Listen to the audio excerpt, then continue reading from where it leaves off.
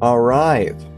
Hello, hello. Good afternoon in America and good morning in Japan. How is everybody? Today we're going to be writing. We're going to be writing about Viable, my Copyleft manga. I decided to not stream yesterday and stream today instead because a church group of mine was going to be they got coffee in the morning. And I was planning on going, but even though I planned on doing that, my alarm didn't wake me up, and I just ended up skipping the whole thing, and I felt really bad about that. I really wanted to drink coffee with the boys, but it is what it is. I understand how sleeping is difficult, but here I am. Today's tea is just a straight black tea. I would prefer milk tea, but sometimes you don't always get what you want. All right. For those who do not know, my name is Joshua Stevenson. I am the writer and author and illustrator of the Copyleft manga called Viable. I will be creating a manga basically on this stream. And so what I want to get into is first the website. So let's go to here. This is my stream that is currently up and running. I paused it, of course, but down here, if you scroll down here, I do not know why I can't see my mouse on the screen. Oh, there it is. If you click on here, where it says www.viablemanga.com, everything should be available. So if you click on there, here is my website. It talks about both, if you click on characters, you can see the characters that I've created so far, which is Vassa, who is a Russian detective from the USSR, and Lucy, who is a little girl who only he can see. Vassa is currently living in Japan in an alternate history from our current history. That being, Hinejiro Asanuma was a Japanese Socialist Party politician who was assassinated in 1960 by this young man named Otoyo Yamaguchi. When this happened, this basically caused the Japanese Socialist Party to fall apart because he was the glue that was holding it all together. In my story, this doesn't happen. He is going to be alive and well, and the Socialist Party will continue to grow and prosper to the point to where Japan embraces socialism and embraces communism. And so the theme of my story is basically, the reason why it's called Viable is one life viable? Even if it results in bad outcomes, or even if it results in different outcomes, is it more important to protect a life than it is to, let's say, kill or even let someone die? And so those are the themes that I'm going to be exploring in my story, and that's why Vassa is from the USSR visiting Japan, which in this alternate history is the Soviet Union's closest ally.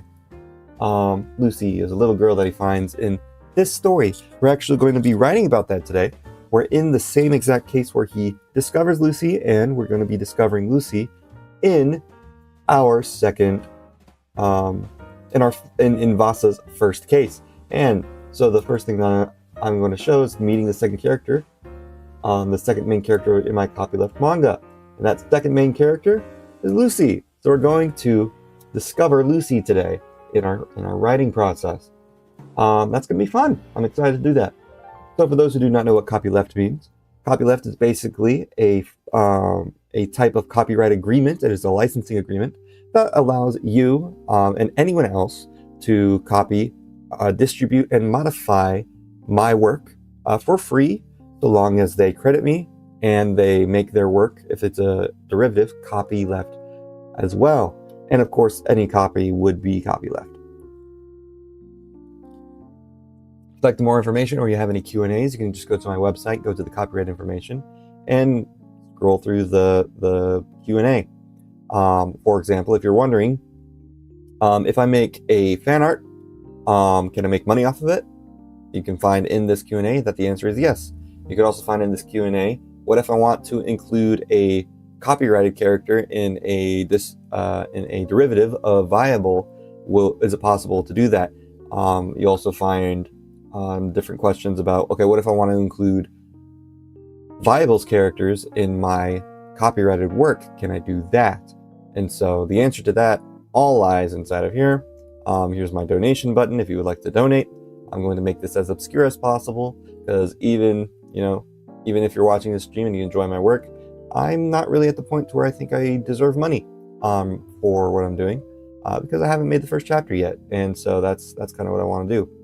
I'm making this manga on my free time.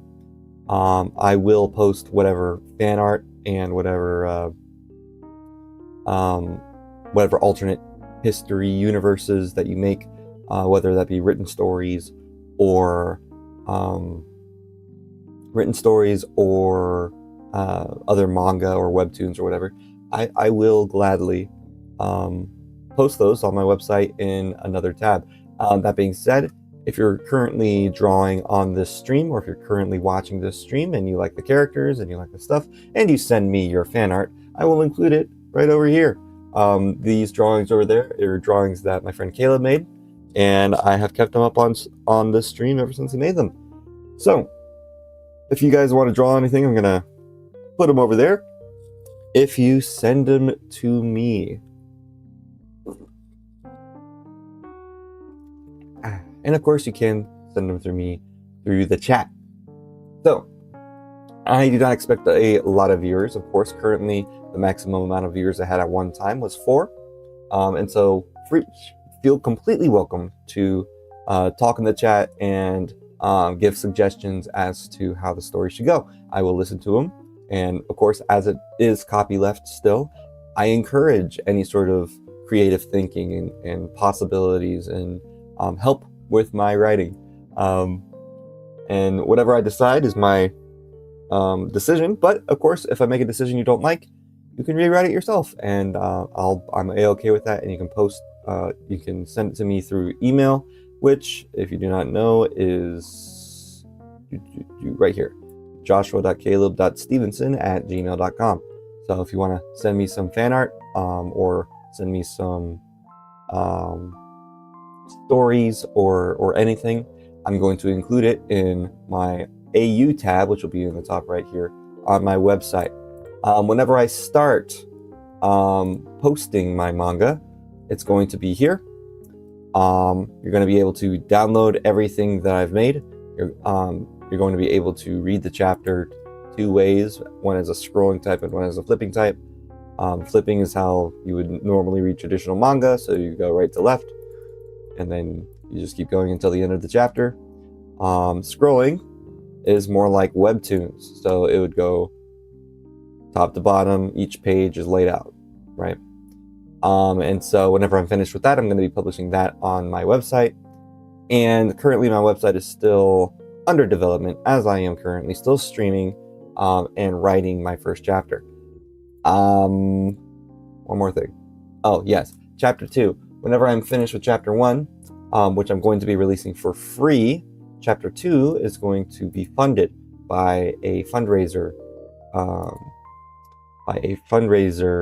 which is a fundraising tool.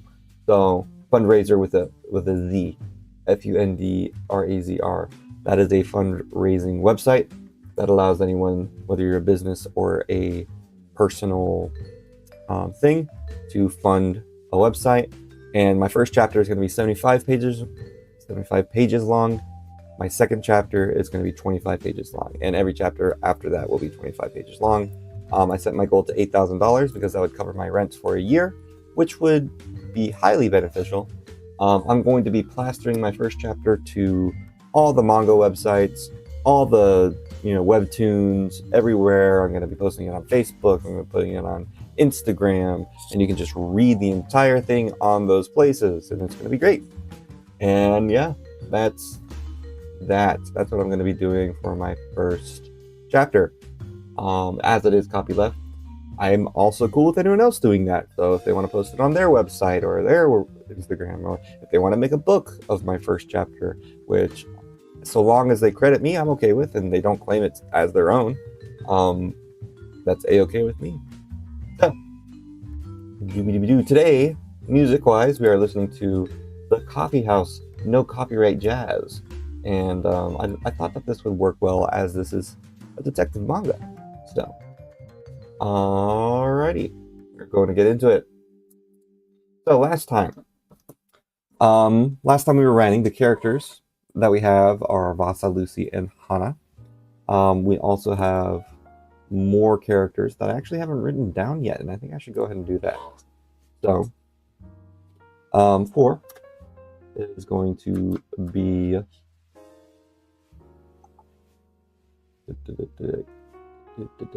Iwao. Tatsuya Iwao. Paimon caps lock. Alright, I'll make this bigger so everyone can see it. Yeah. A Japan Socialist Party politician. His son was kidnapped in a political was kidnapped by rebels so that he may step to push him to pressure him into stepping down.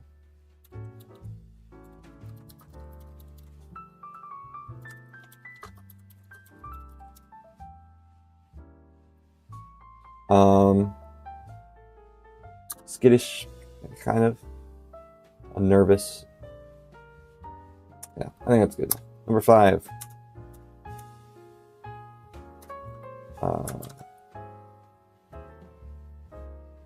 We named his son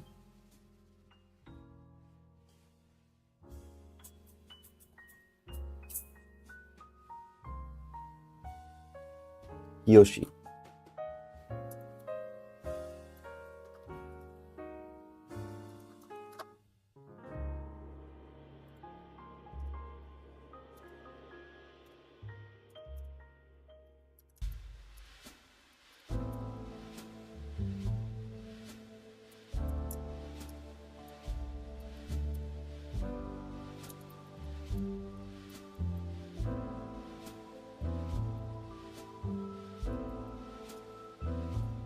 The son of Tatsuya.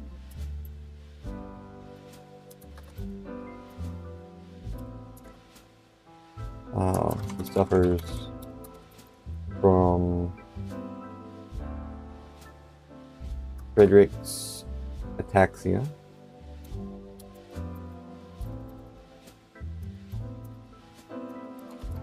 Which is a medical condition that requires constant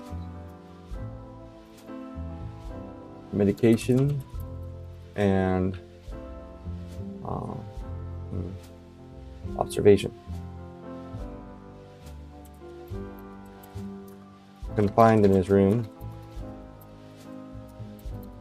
due to the negative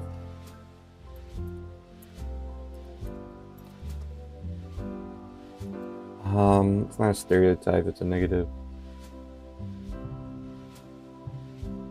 bias, I guess. Culture has against confined in his room due to the negative bias the culture has against disabled people. Hiyoshi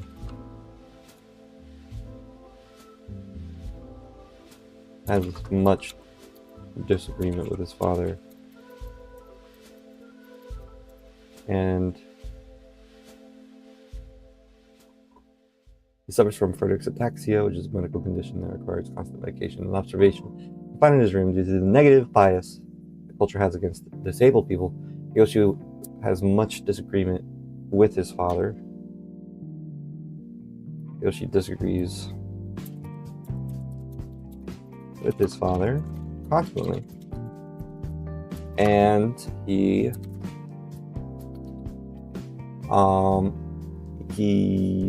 instigates the kidnapping.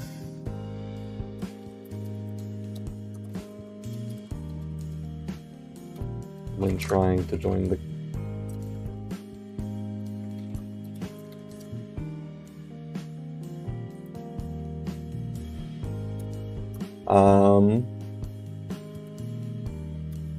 his decision caused his wife to be in danger. Okay. And finally, the assistant.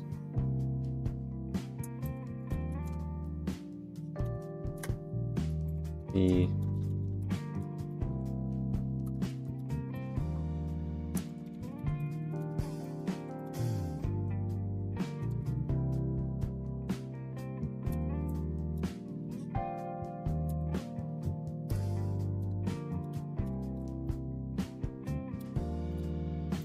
I guess I could come up with a name for her. I don't really need to. She's not that important.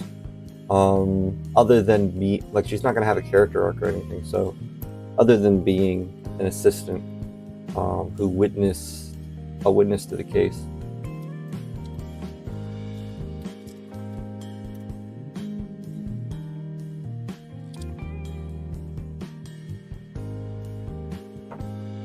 A witness to the case and the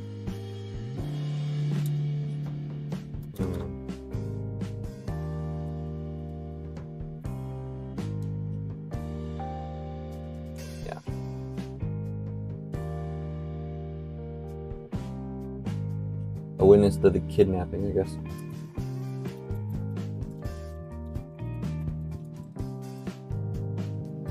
She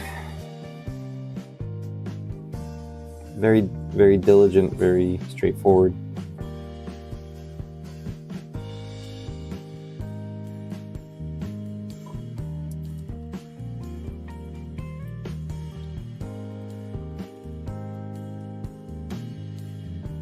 Doing her best to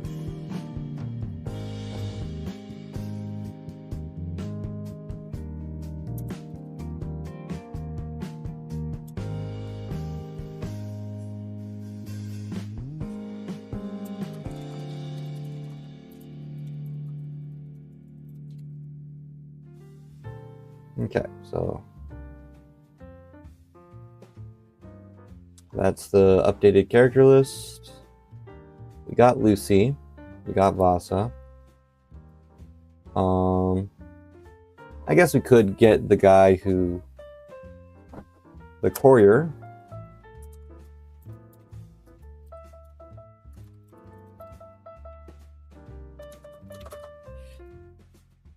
And he would be the first guy that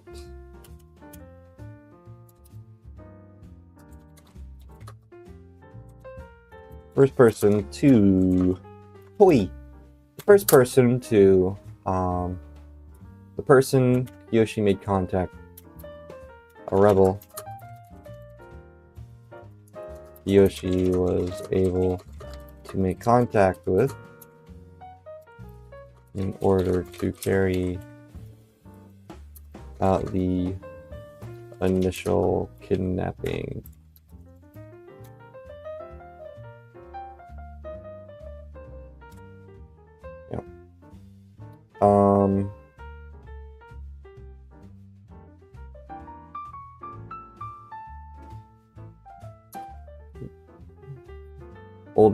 An older gentleman with the habit of pushing up his glasses. Okay.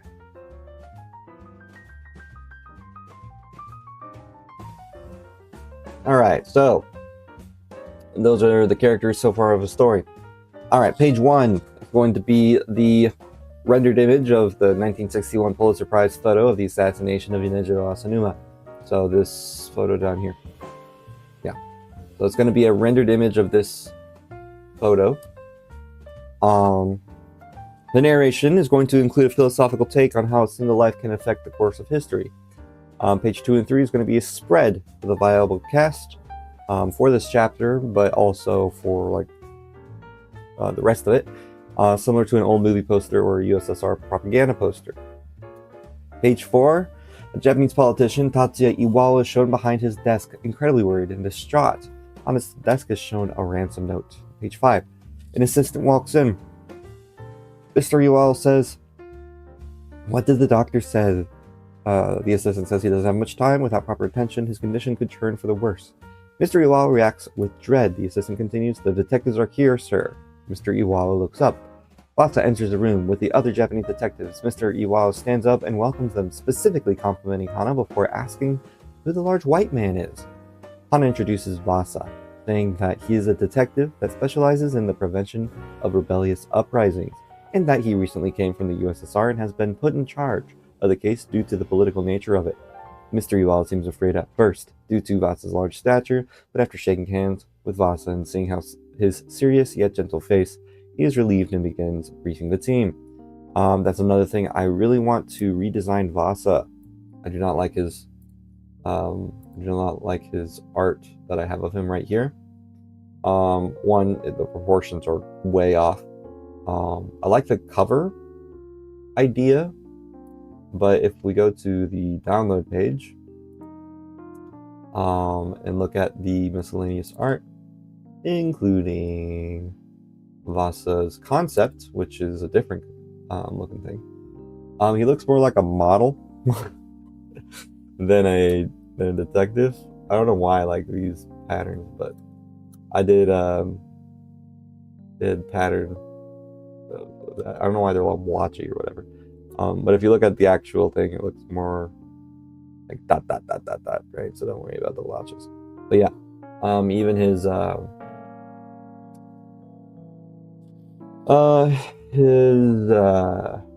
design here, which is more accurate, it's actually to his waist rather than down here for some reason on the cover pose, right? On the cover. Oh, that's Lucy's. That was her first rough draft.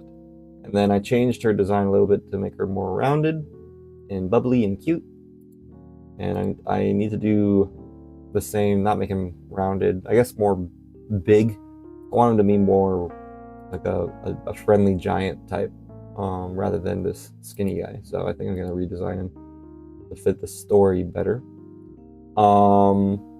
Yeah, so this is the cover.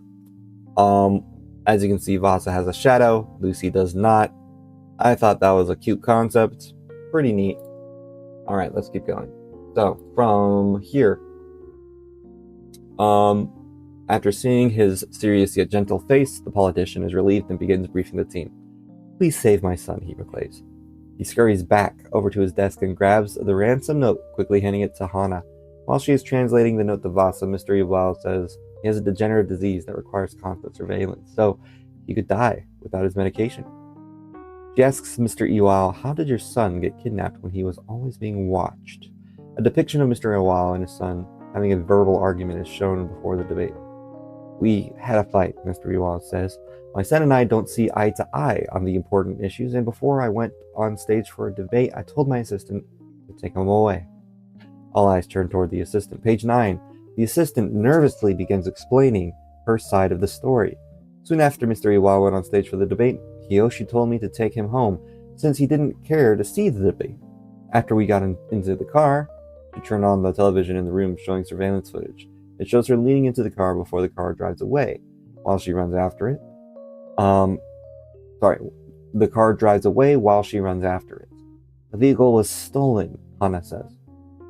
"Our chauffeur was found unconscious in the toilet," the assistant explains. Vassa speaks to Hana and she relays the message. "How did the kidnappers know that Hiyoshi would be in the car at that specific time?" Mr. Iwao and the assistant look at each other, unsure of how to answer the question.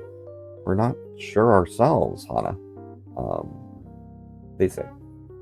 Hana turns to Vassa and they start speaking in Russian. "What are your thoughts?" Hana asks.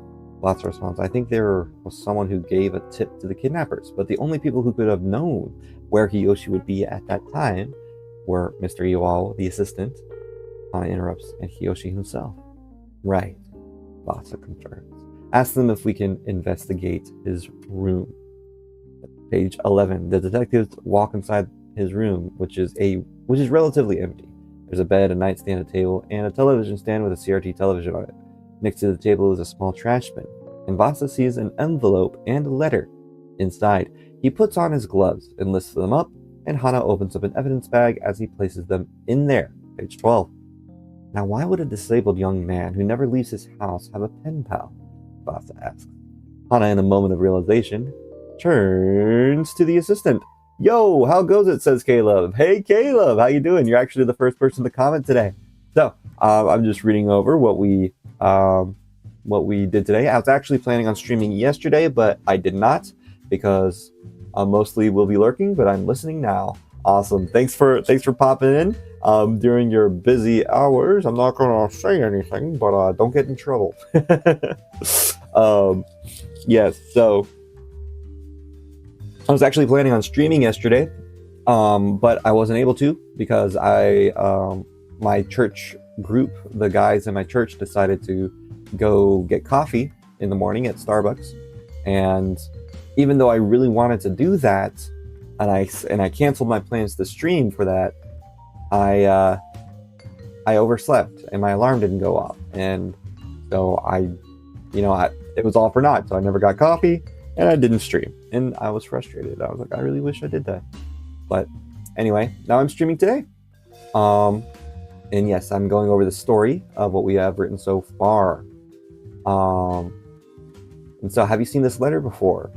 Yes, she replies. We received it in the mail. It was addressed to Hiyoshi, so I gave it to him. Vassa interrupts in Russian. Ask her about the courier. Can you describe the courier who delivered it to you? Hana asks. He was an older gentleman with gray hair and probably in his 60s. He had a habit of pushing up his glasses. Vassa bows and takes his leave. Hana follows behind him. Why'd you ask about the courier? She asks. I don't know much Japanese, he replies, but I do know katakana and English. If you look at the words written in katakana, the first letter in English of those words spell out message received. The page will show the deduction being made in a visual way. Hana is shown telling another police officer to check the return address. Vassa and Hana enter the police vehicle. If English is involved, Hana says, and Vassa completes her sentence, then the American rebels are also involved. The final shot of this page is the vehicle driving away from the politician's house. Page 15. An establishing shot is shown of a post office. Vassa and Hana walk in, showing their badges to the people at the front desk, and the staff let them come into the back of the office. It then shows the courier coming out of the same door, attempting to escape, with Vassa close behind and tackling him. We show the surrender of the courier, with Vassa putting him in an arm lock and the courier yelling, I give, I give. I thought that this would be a very funny scene, because it just kind of goes straight to the point. They find the guy and they catch him. Rihanna says, hey, how you doing? Good afternoon. For me, I think it's like 6 right now. Yeah, 6:35. Just going over the story that we've written so far. Alrighty. It's nice how consistent you've been doing this so far. Well, thank you. I was actually planning on streaming yesterday, as I told Caleb. But unfortunately, well, not unfortunately, but my church, the guys at my church, they wanted to get coffee in the morning. And so I decided to skip on getting on streaming that day. And I just, even though I wanted to go get coffee with them and I skipped streaming for that, I actually overslept and I didn't even get coffee. So it was all for naught. But here I am. A day later, I rescheduled it for today and I woke up. I was able to do it. So here I am. Caleb says, yeah, keep at it, man. You're doing great. Thank you, Caleb. I appreciate you. Thank you for hopping on the stream, man, and lurking. Yeah, I always enjoy having company and people to talk to during these things. I tend to be much more productive with other people around. So I really appreciate you guys. Page 16. An establishing shot of the police station is shown. Then a door that says interrogation room in Japanese. Then there's a wide shot of the courier sitting on one side of the table with Vassa and Hana sitting on the other. We switch to the courier's perspective, with Hana and Vassa looking at him with contempt. I'm going to make this kind of funny, where, it's kind of like the entire page is just them looking at him and him looking back nervously. Then we switch to their perspective, seeing a very nervous courier pushing up his glasses. Vassa says something and Hana sighs. We have reason to believe you're involved with the distribution of coded messages for rebellion groups. I just deliver mail, ma'am, he says. You sure do run fast for a guy who just delivers mail, she rebuts. Vassa glares at him, cracking his knuckles. Courier stays silent. Hana puts the letter on the table and asks, "Have you ever seen this letter before?" "No." "Well, we have a description of you by the person who received it, and there isn't any other local courier besides yourself who fits that description." "I may have delivered it, but I don't remember it," the courier replies. "The return address is an empty lot. The name on the letter is fake," Hana prompts. Whoever the rebels were probably put it in the public mailbox," he responds. "I just deliver what's given to me." "Your co-workers' jobs are to verify both the sender and the receiver's addresses before anything is sent out. It's illegal to It's illegal to send mail otherwise." "Then ask them. They could have written the message themselves and told me to deliver it." Hana leans back. The courier continues.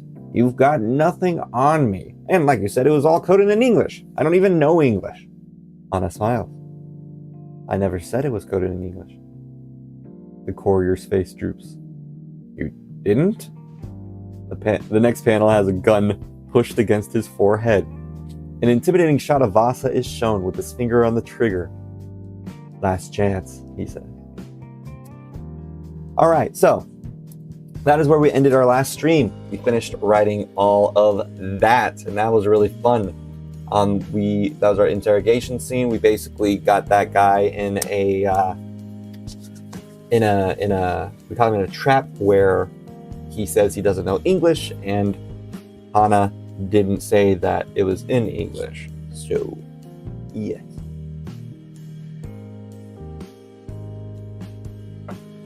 Yummy.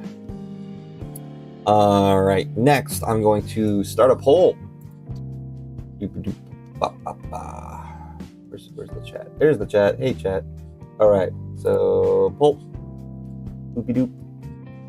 The poll is going to be, will we include Vassa's superior or go straight to the rebels' hideout? And we're going to go with that. And hideout.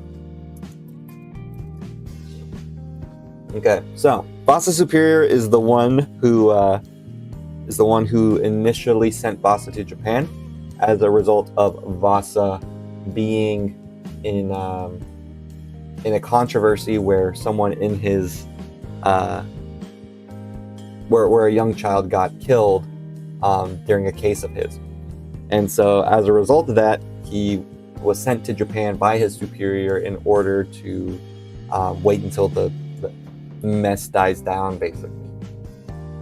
That being said, do we show him now? Do we show him right now, or do we show him later after the chapter? Will he appear in this chapter? Will he not? That's the question I have. Or are we going to go straight to the hideout? If we have Vassa Superior be there, which so far we got a 100% vote rate on, I think we already have 2 votes. So the 2 people who are here, Rihanna and Kayla, both voted for looking at Vassa Superior. So we're going to include him. We're going to add an air of mystery. So behind the one-way mirror,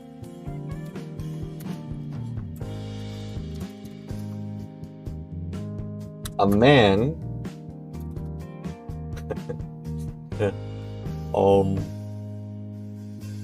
another Russian man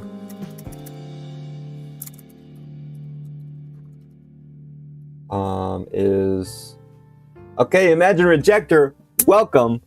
Ayo, good to see you. He says, I think including a brief bit with Vassa Superior could be a good setup for later, and it's cool to drop tidbits in the first chapter, but you can hold some cards till later. And Rihanna agrees. Awesome, sounds good. So behind the one-way mirror, another Russian man. I haven't come up with his name yet.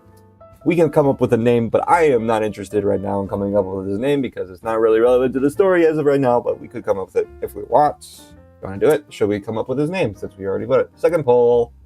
Poll number 2. Let me end this poll because we all voted for seeing him. Now let's add a new poll.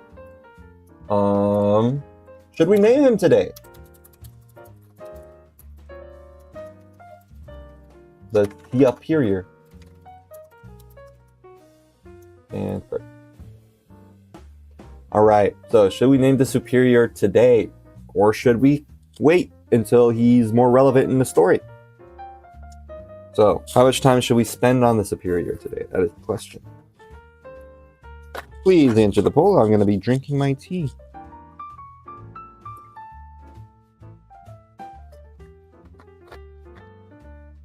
No, that's one vote. Oh, change the vote. Back to no. Alright, we have one vote for no. And 2 votes for no. Alright, sounds good. We can just sort of ignore it and just have him be there. Cool. Sounds good to me. Alright. We'll go with that. Alright, so let's just start writing about him. So behind the one-way mirror, another Russian man looks through the glass with intrigue and a smile on his face. Maybe I bet he's like I feel like he would be like a cold, like a, oh, what do they call them? Those cold detective people. He probably has a 5 o'clock shadow, or maybe he has one of those mustaches or something. I'm thinking, for some reason, I just think of the detective in Case Closed, for example. I think his name is Megure.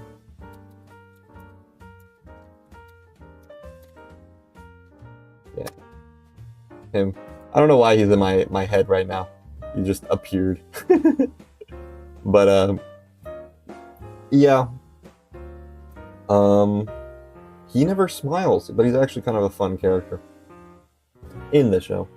But I'm thinking more of a Russian man. So maybe a 5 o'clock shadow, maybe a hard edge, kind of boxy looking, rather than round like Megure is.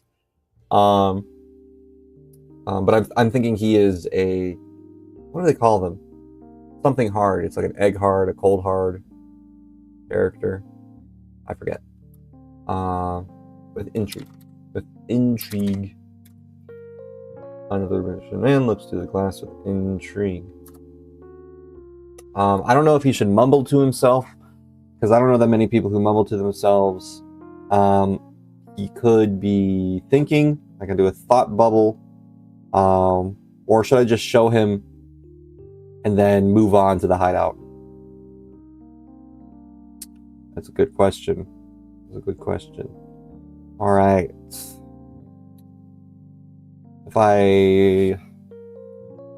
Let me ask that question. Hello. Alrighty, we're gonna complete that poll. Okay, next we're gonna ask.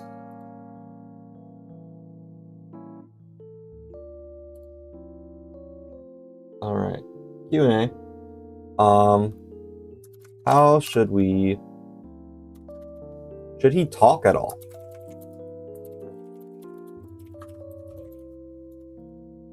At this moment, I think no. I think he should just be looking, because he is just a character who's just there and will be important later, who would be important later, but as of right now, he's just kind of a person who pops up in the story. I think we should just show him looking through the mirror, and then it's kind of like a bold transition from that to the hideout, right? So it's kind of a little bit jarring, I would say, maybe, but I would think about it, yeah. So that's my current stance. My current stance is just to show him with intrigue, probably at different perspectives. So we see the same scene, but zoomed out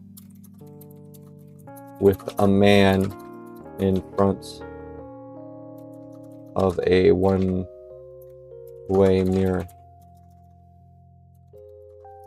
We get a close-up of that man's face,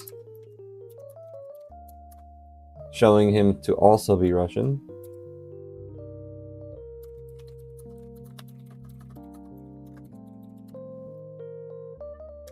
Caleb says, I think what you're saying makes sense, / keep it at no.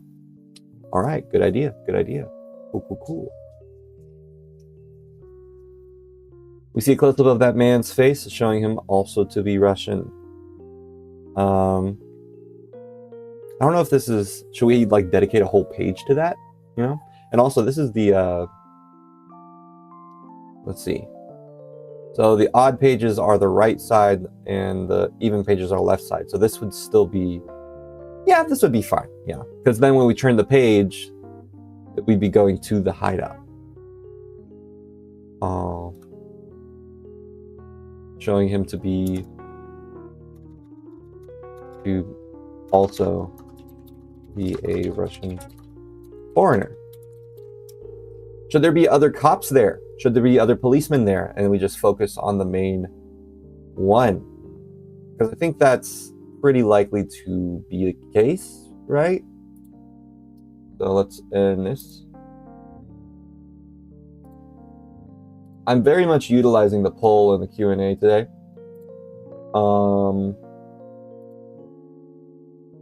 Because Rihanna pointed out that there's a delay, and so having the Q&A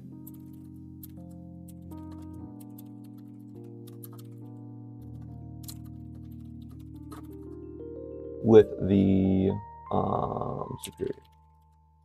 Rihanna pointed out that having the Q&A kind of negates that delay, because you can just start a poll. Oh, hold on. I meant to make that a Q&A. Copy.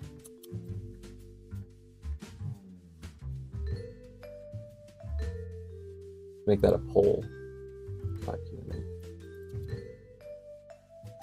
Yes. Okay. So yeah, Rihanna pointed out that having polls and Q&As makes things a lot easier for me to get more immediate responses because of that delay, which is nice. But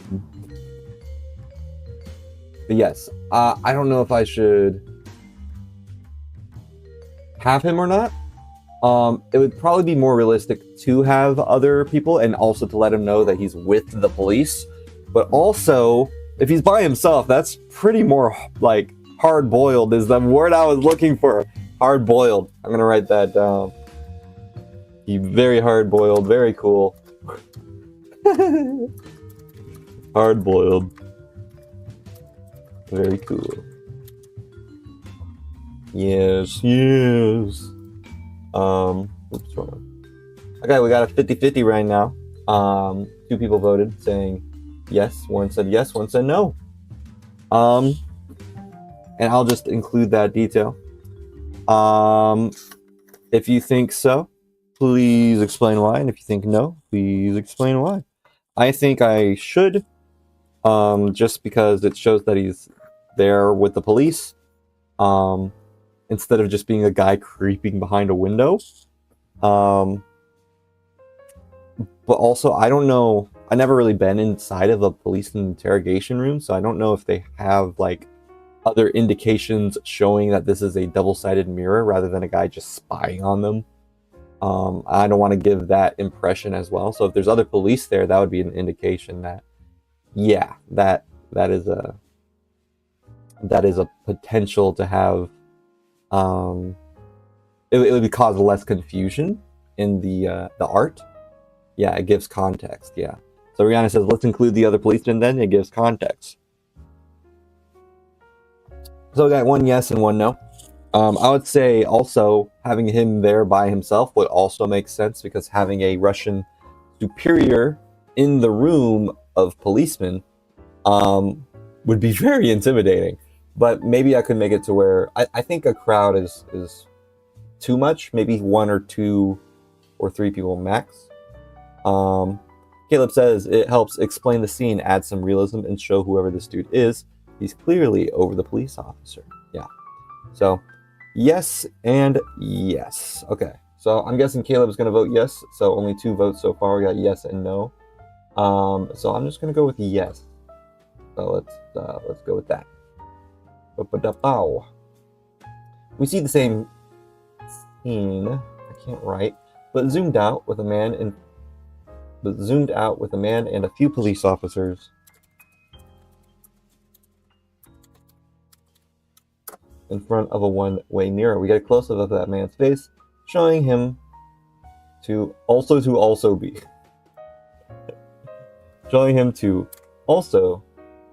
be a Russian foreigner. Alright, so Rihanna says he would also stand out as a mysterious character, whereas the other policemen there might be more generic, so the focus would still be on the superior. My original vote was yes, LOL, but the other way is fine. Agreed. Yeah, I don't know why, but like in the chat it says 50 yes, like 50 no. Either Imagine Rejector voted no, or for some reason it's on no. I think you can vote again, maybe? I don't know. I'll just end the poll and just say it's yes. Alright. Cool. Thanks for voting. Thanks for chatting with me. I'm having so much fun doing this. Let's get into... I literally wrote buried hardboiled, very cool, which is kind of funny. Let's go to page 21, where we are going to the hideout, where we're going to meet Lucy for the first time. Yes, I am so excited to meet Lucy. This is one of my favorite things. This is a scene that's been in my head for a while. So I'm excited. Ever since coming up with the concept of Lucy, I was trying to figure out how to introduce Lucy, and this is what we're going to be doing today. This is the main meat and potatoes of today's stream. All right, let's go. So we have a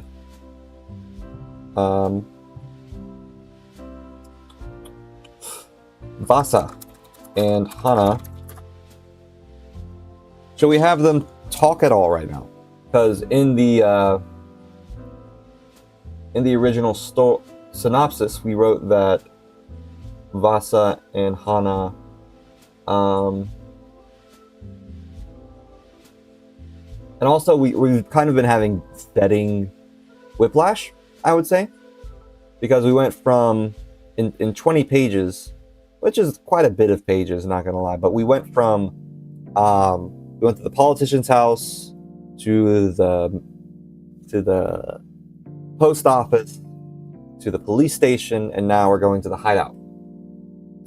So that's 4 locations in one chapter, one equivalent of a chapter, which would normally just be 25 pages. So should we have them driving? Should we have them talk in the car? In the original synopsis, we were talking about how Hana has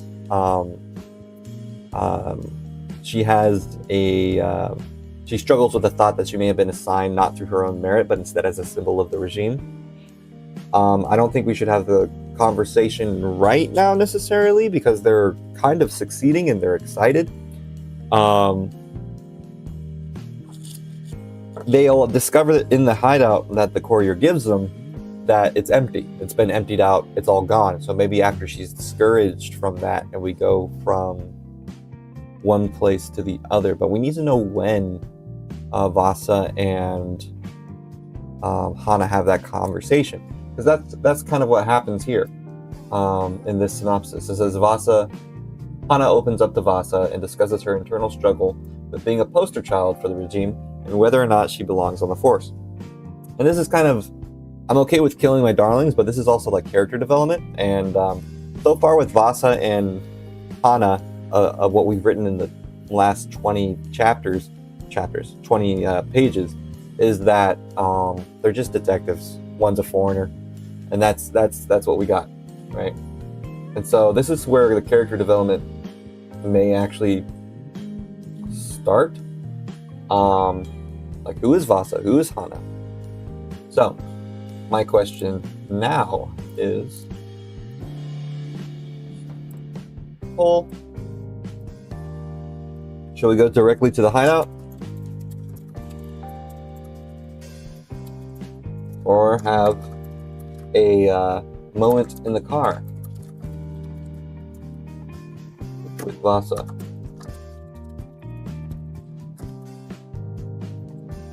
Hideout, car. I think probably now might not be the best time. Because if we go to the hideout and then we just discover Lucy, but if we stay in the car and have a moment, then we would have character development with Hana.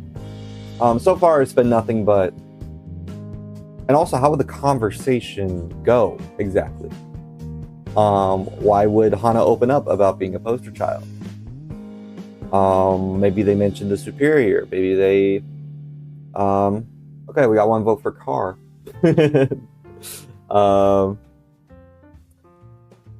Yeah, I want them to have the conversation, but the question is when? And also, yeah. There may be an awkward silence on the drive there. And to break that awkward silence, Vassa or Hana just start talking. I do want there to be character development, though. I think it's important. And I think it's important to do it as soon as possible rather than later. So that's my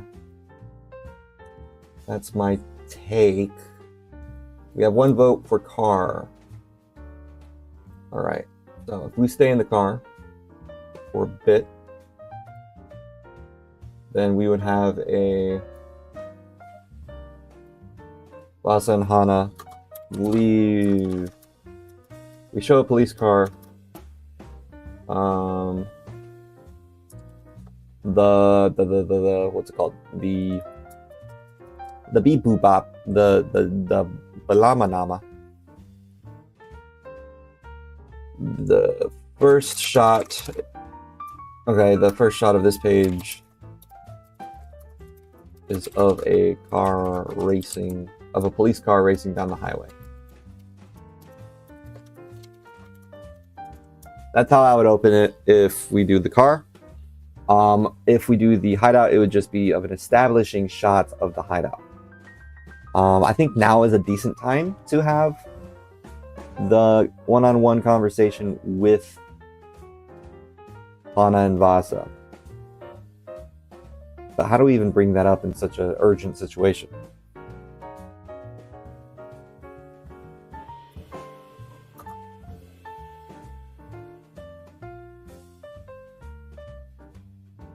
Okay, let's do some character. Vassa and Hana are sitting. Hana is driving with Vassa in the passenger seat, and they're mostly silent. They're mostly silent, creating an awkward tension.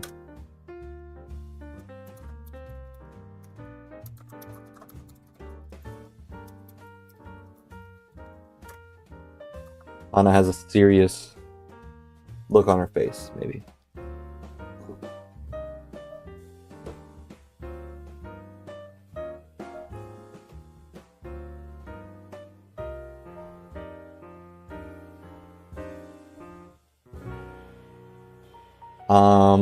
How about during the scene we kind of give context to where they're going, yeah? So I'm gonna put hard-boiled man instead of just very hard-boiled, very cool.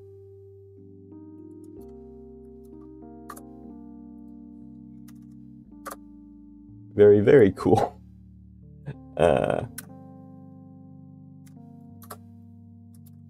During this zoom out. This is their first case working together, yeah. The courier is confessing where the hideout is. Okay. So yeah, Rihanna asks, does Hana know Vassa, or is it the first case working together? This is the first case that they are working together, yeah. So the first shot on this page is a police car racing down the highway. Hana is driving with Vassa in the passenger seat, and they're mostly silent, creating a bit of an awkward tension. Vassa breaks the silence. Yeah, I think I can do that in one page, that whole entire scene here. And we're on the flipped page, so the second page.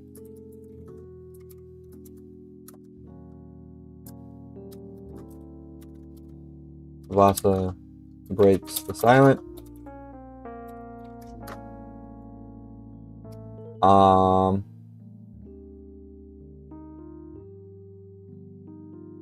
Maybe for Hana it's not awkward, because in Japan being quiet isn't necessarily an awkward thing.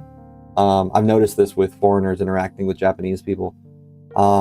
Whenever there's like an awkward silence or an awkward,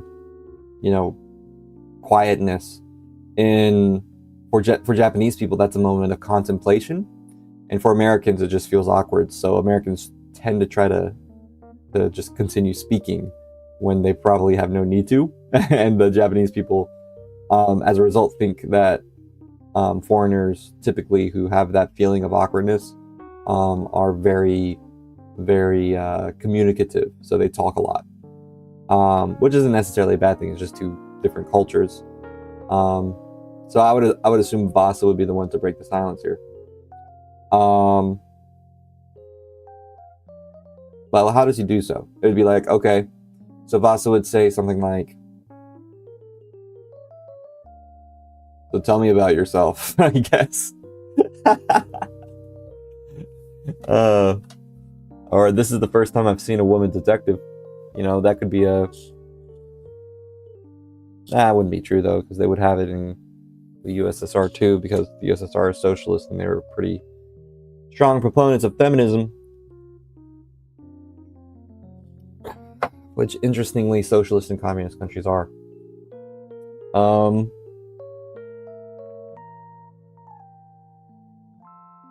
He could be just straight up sexist. "You're pretty competent for a woman," No, but I don't think he'd be like that. Tell me about yourself. I think that's fine. Yeah, he's kind of straightforward, right? He's a Russian man.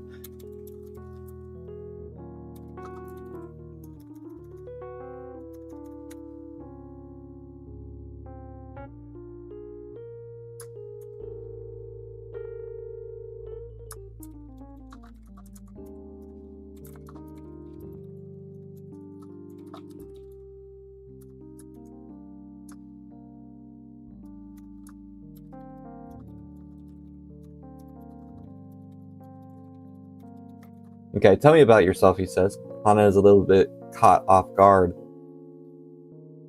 Hana's caught a little bit off guard. What would you like to know? Or, well, that came out of nowhere.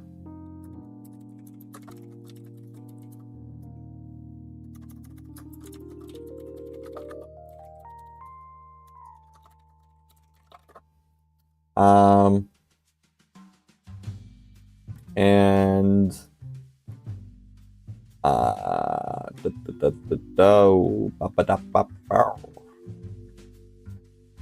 well, you seem kind of tense.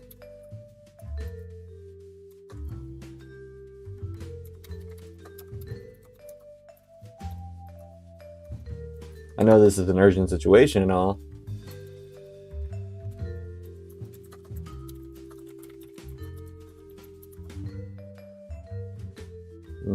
But...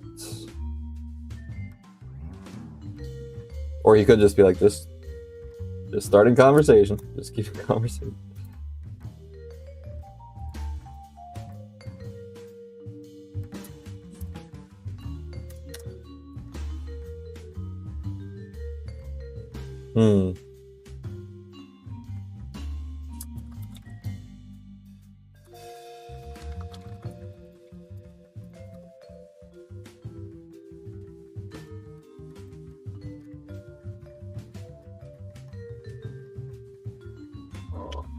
Well,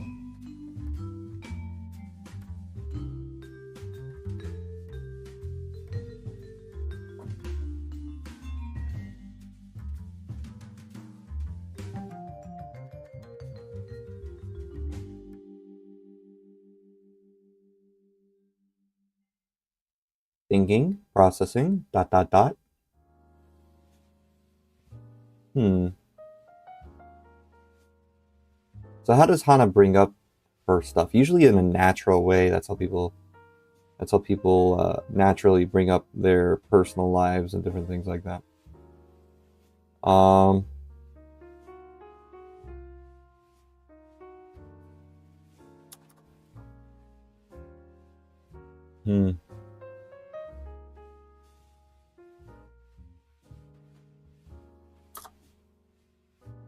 I don't know. Again, it's like, should we have it in the car with the urgency of the situation? That's another thing.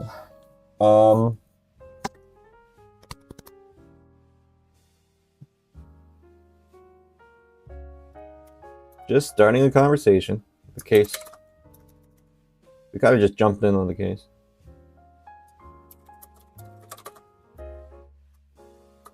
Yeah, I guess she starts off generally and flows from there. We sort of met and jumped on the case.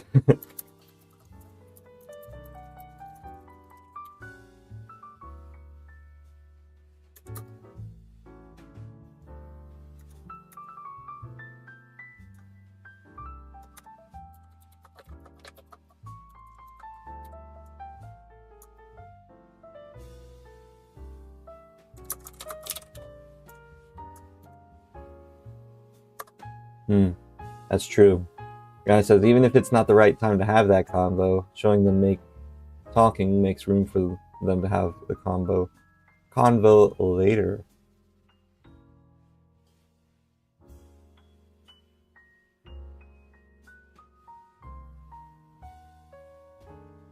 Yes, that's true.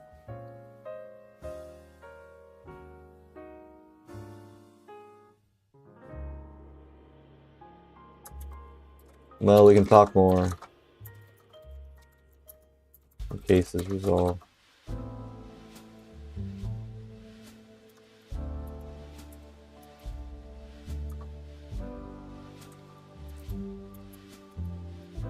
Well, I'll focus on driving.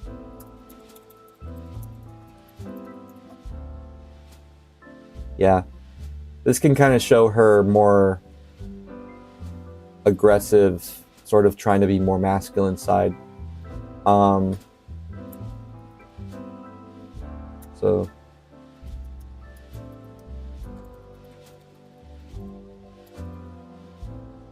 because she's trying to prove herself.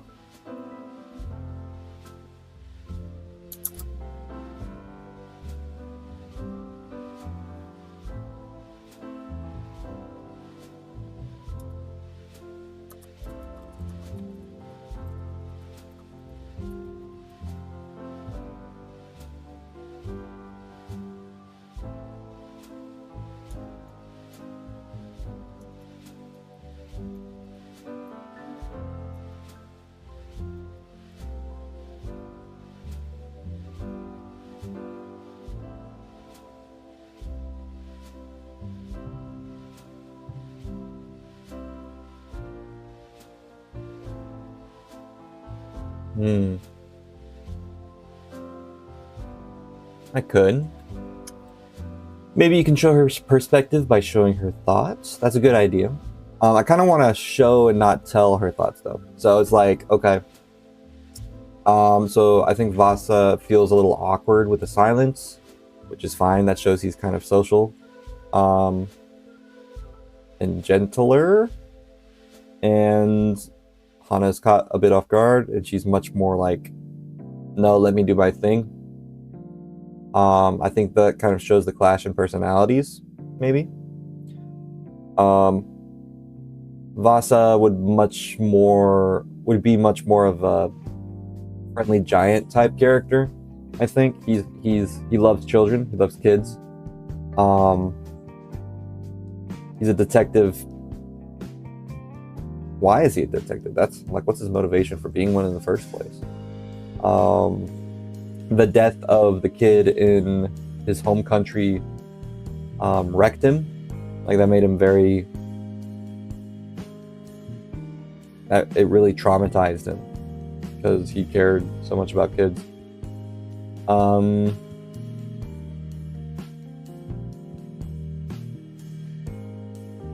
As for Hana, she's much more insecure about her position as a part of the force, right? So, yeah, we can kind of show that by him trying to be friendly with her and her kind of being, let's stay professional for now, yeah.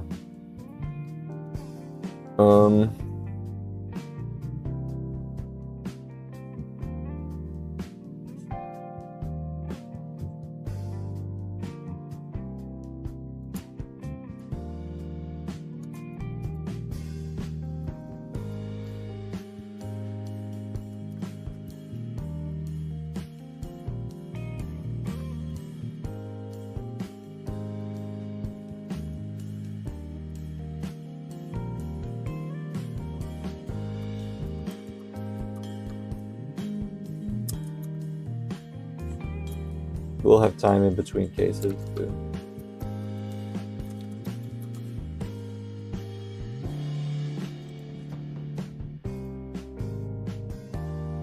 Yeah. So I kind of want her to be more dismissive, I think.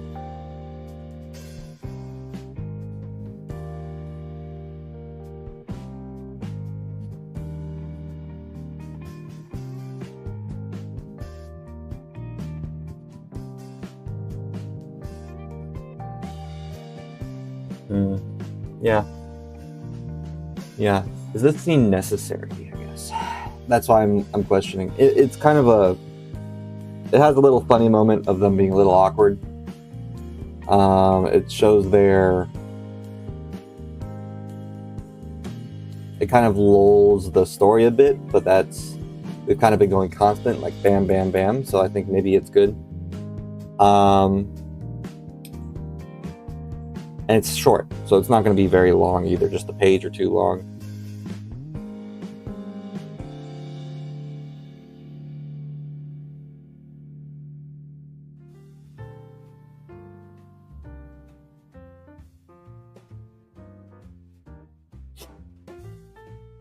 We'll have time between cases to talk.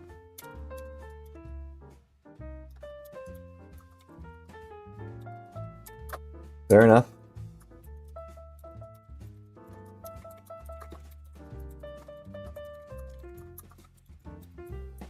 Good to see you take your job seriously. Maybe she could be offended by that statement. I was like, well, you should expect that. Or like, maybe like she sees that as like an underhanded, like, I expected you to take your job non-seriously because you're a woman sort of thing. She could be, is it because I'm a girl? It was like her feelings. Maybe. But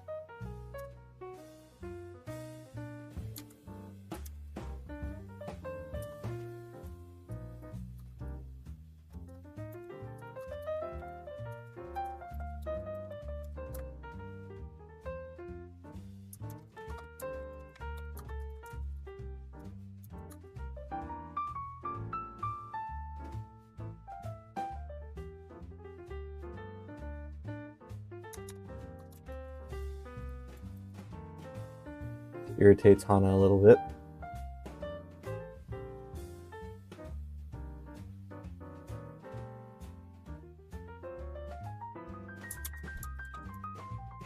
Most of us do.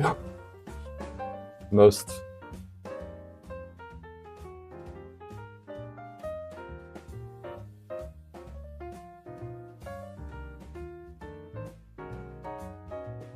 Yeah.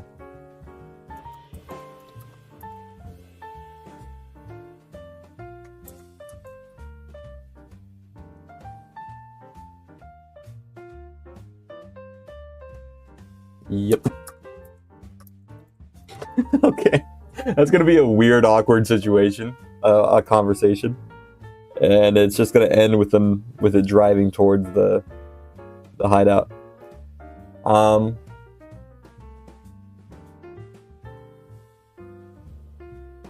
Yeah, that's true too. That's a good point. Rihanna says maybe Vassa is also trying to offset his own internal nervousness by talking. He's worried about the kid, if the kid would be okay, and talks to distract himself. Yeah.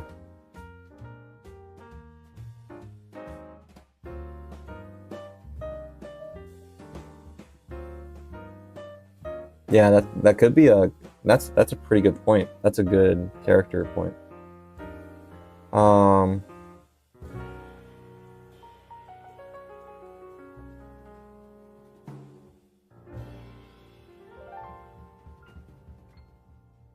Yeah. Thinking.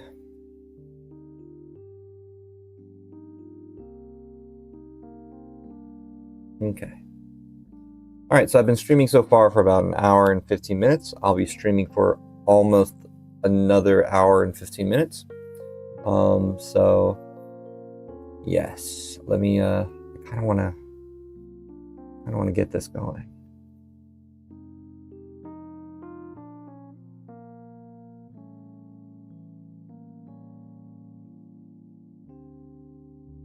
Another awkward silence.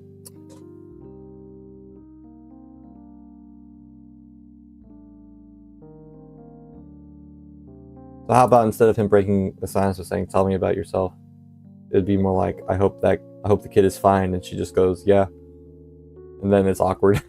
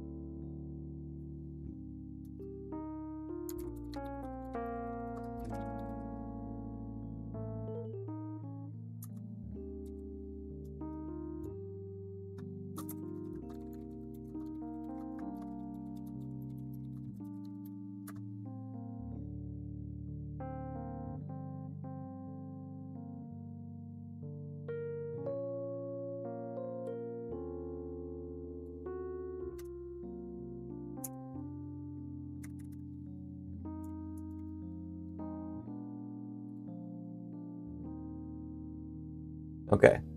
Rihanna says, maybe Hana thought of him as intimidating, serious guy, but learns he's actually gentle and gets nervous. Yep.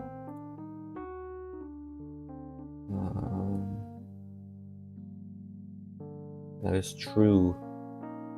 Yeah. So Vassa feels awkward in this situation, of course.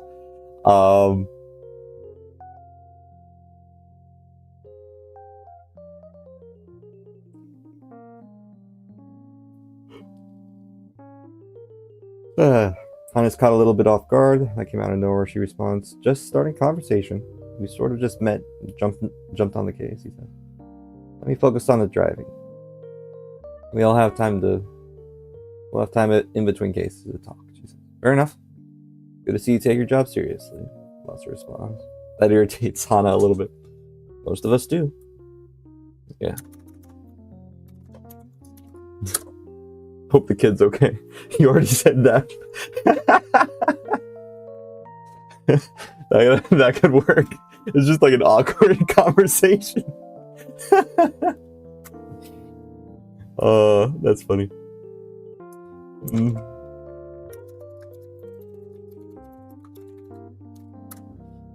Another awkward silence happens. We zoom out to the car driving away. I hope the kid's okay.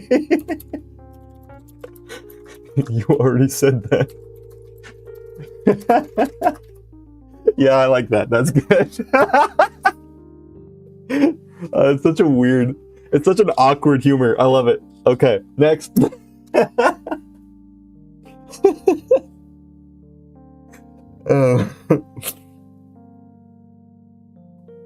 Yeah.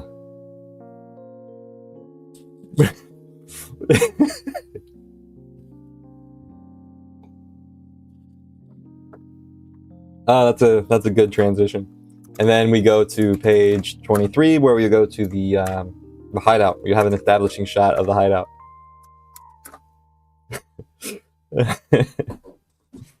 I'm glad. I don't know where I think of these things. That was funny.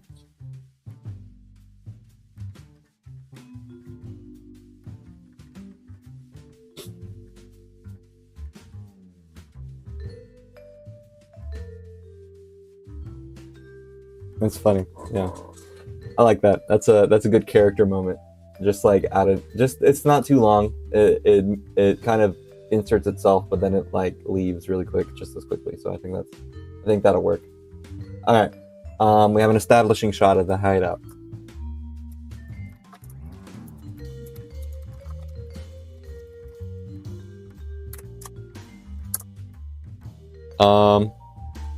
And I think there should be many cars, not just one. Would be of police cars, because they're going on a raid.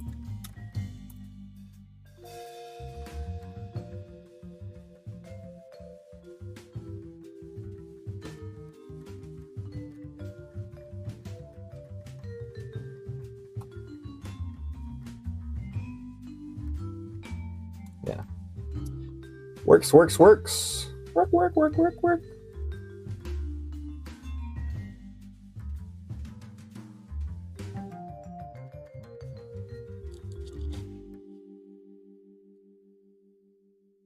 Okay. Let's start from the inside. And then bam, it busts open, right? So the raid starts.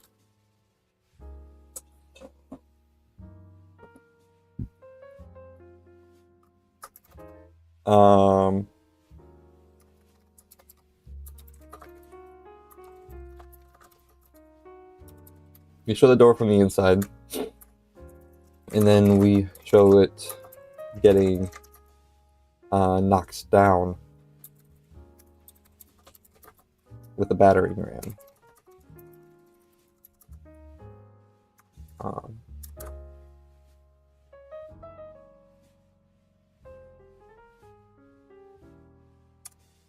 Vassa walks inside. Check every room.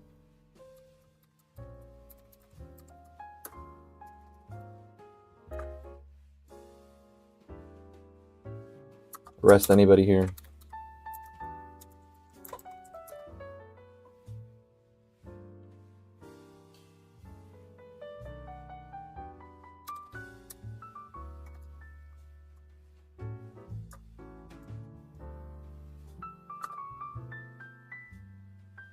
We see police fled in, and then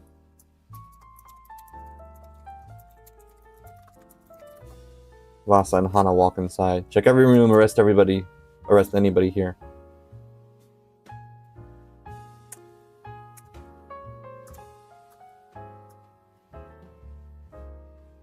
That's what Hana says.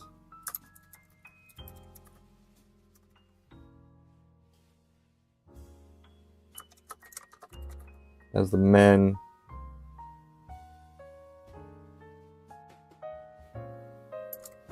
begin checking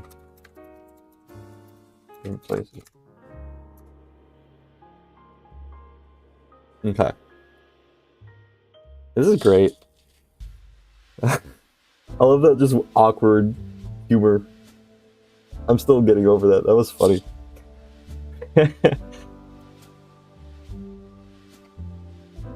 I hope the kid's okay. You already said that. It's such a good line. It really shows their character, I think. Hana's trying to be hard-boiled, and Vassa is just nervous about the kid.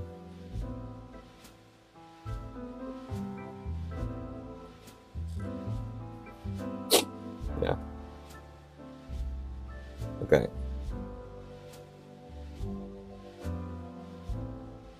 Hana yells as the men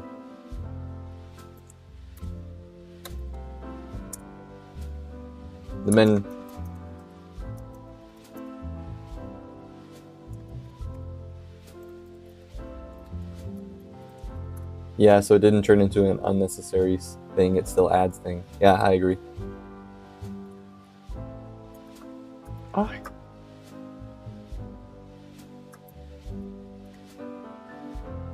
The men respond as they continue running.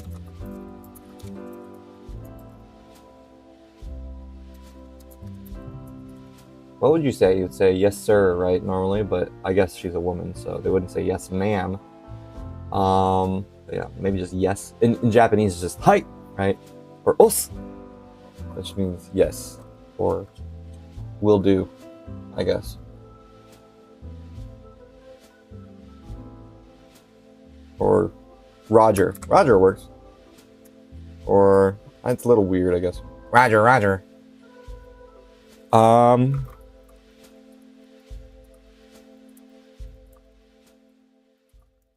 We need to meet Lucy. Okay. The men respond as they continue running. Aye, Captain. I can't hear you. Let's see. Hold on. We need a right. I think right would work. Right.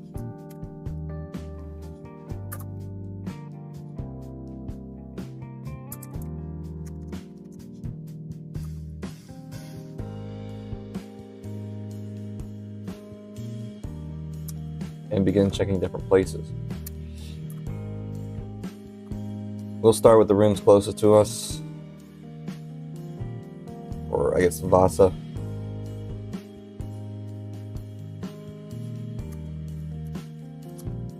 Guns in hand. Yeah. I'm thinking of this from an animator's perspective, right? Because like I usually animated things, and I'm thinking about also if it's like a manga. That'd be pretty cool because like in art there's, or in movies and also in animation, there's something called framing, and some ways to do framing is by like having the door be a frame itself. You see this in like 12 Angry Men.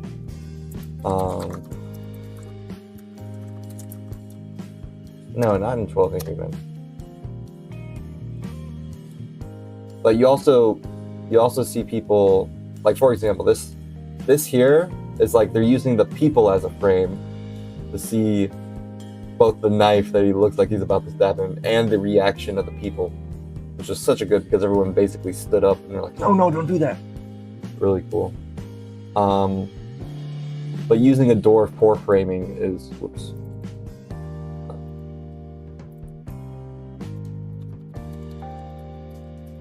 In movies is a pretty common trope.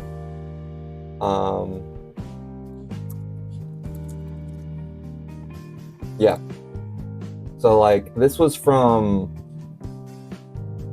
the one about the guy who was a business owner who went to the USSR, which is kind of fitting actually.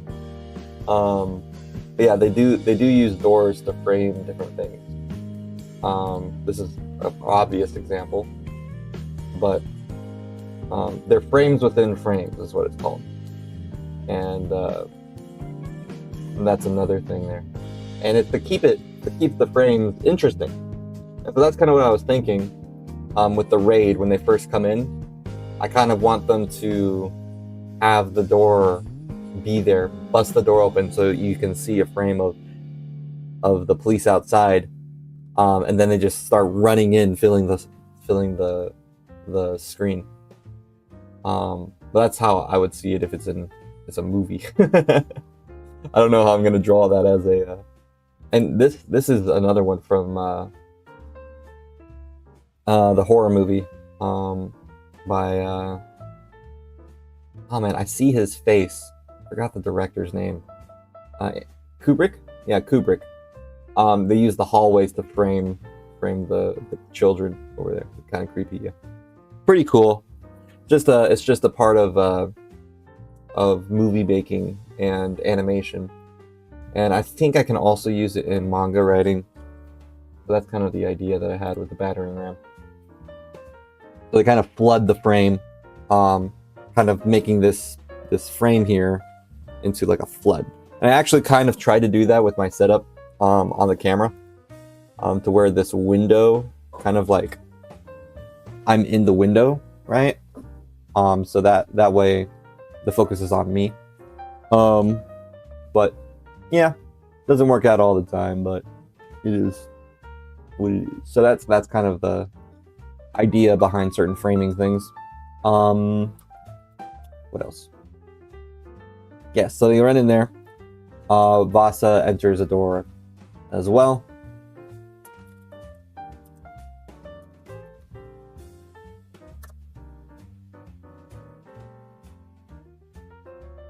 How about just Hana?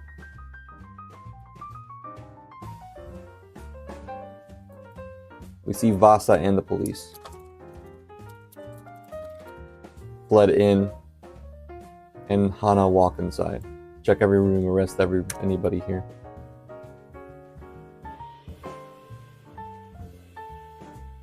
The men respond as they continue running right.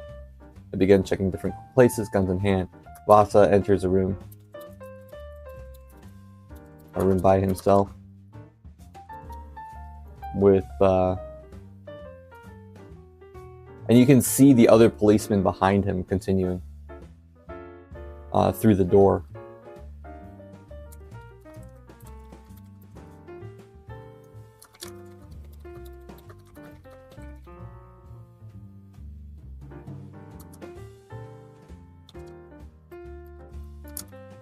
Yeah. So Vassa enters a room by himself with other policemen on the other side of the door continuing to move.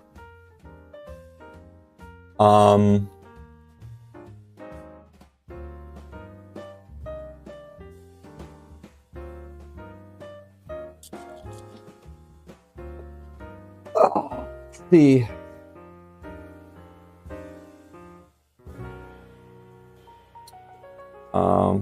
Okay, this is our introduction to Lucy. The cutie pie who's on the bottom right. She's just gonna pop up in this room. And only Vassa can see her. This is the crux of today's stream. This is it. This is it, folks. We're there. Okay, so I'm actually going to close out the poll here. I think the car scene worked really well. I'm glad we did that. Okay, so Vassa enters a room by himself with the other policemen on the other side of the door, continuing to move.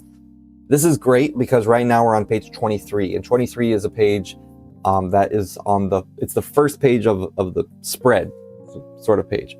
So if we look at, oh, my legs. If we look at manga, just any manga. Oof. Let me get the camera up. If we look at any manga, when I think of the odd number pages,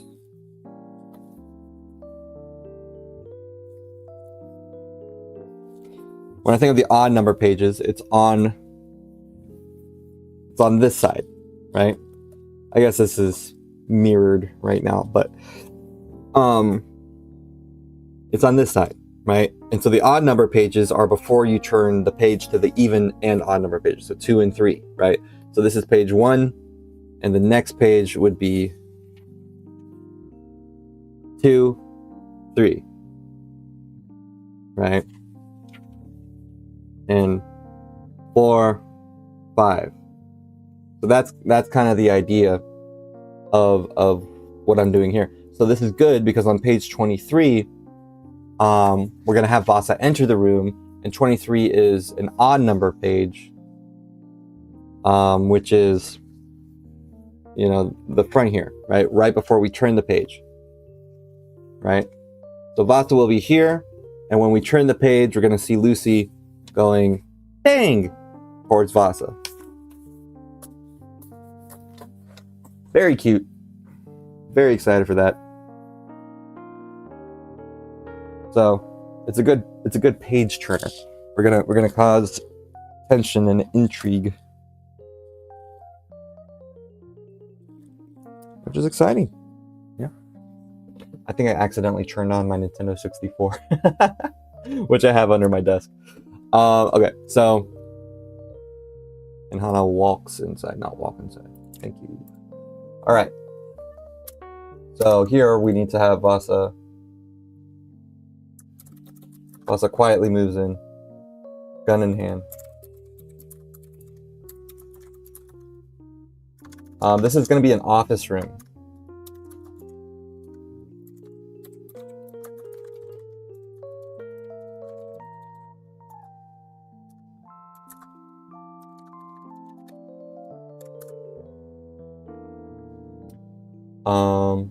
Into the office.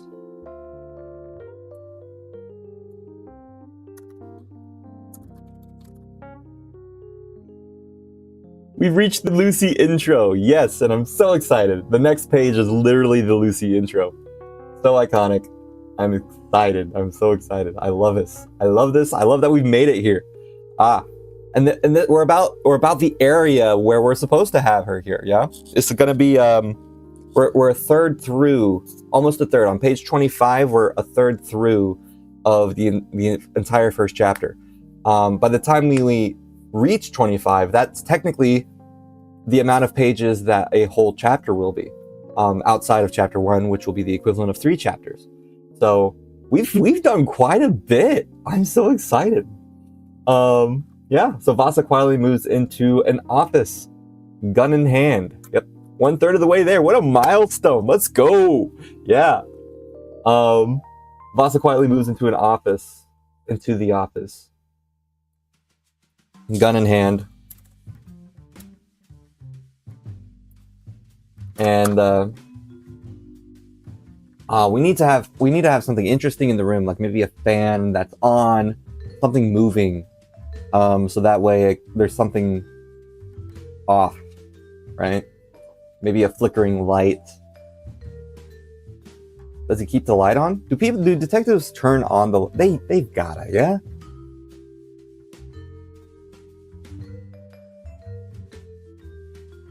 Not necessarily, I guess.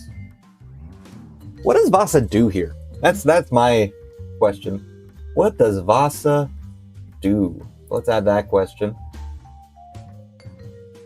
What should Vassa do to add tension?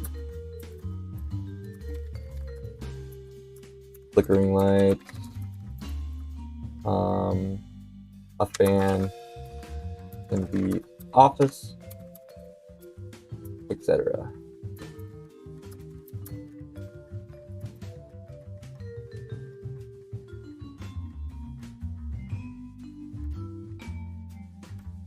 All right. Imagine Rejector says, "So cool to see all this got me together." It'd be hard to investigate a dark room. True.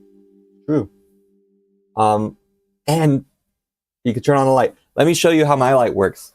I don't like this about my light. It's one of my least favorite thing about my light. I'm gonna turn it off and I'll turn it back on. Okay. So when I turn on my light, when I turn on my light. Hey Siri, turn on my light. I have a automatic thing where it does it. So. There are no lights set up in your home. Ah, Siri, shut up. Turn on the flashlight? Hey Siri, turn on my light.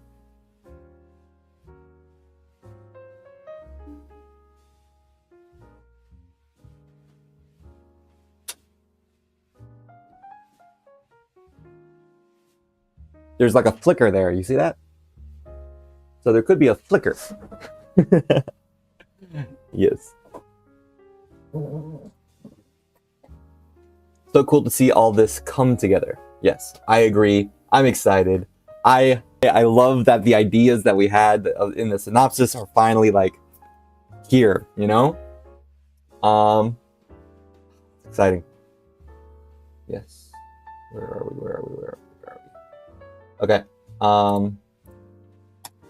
So Vassa quickly moves into the office, gun in hand. Cautiously.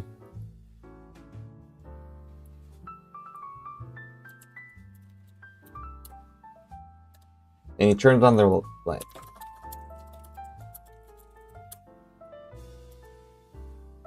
Did it flicker on?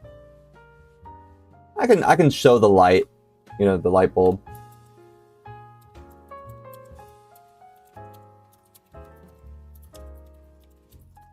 And we see a bigger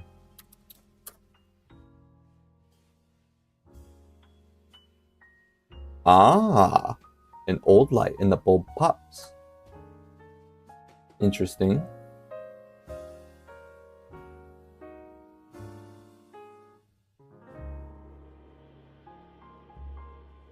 Could be startling. What should we have in the office? Like, you know, Five Nights at Freddy does a really good job, and hate it or love it, it does a really good job with tension in a security room. Just looking at the FNAF room, it's got that iconic fan. It looks normal. It's just dark, right? And that gives it an eerie, sort of creepy vibe to it. I don't know, work in progress? What? Yeah. So there's kind of like a creepy... I want this to be a little bit tense and scary, him walking into this office.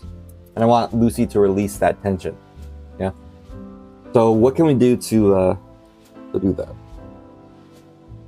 The light not work. We could use another 2 pages before and have Lucy be on page 26. That's possible if we want to like establish the room. So that when Lucy shows up, it could be less like... I don't know if we should use 2 whole pages for a room establishment.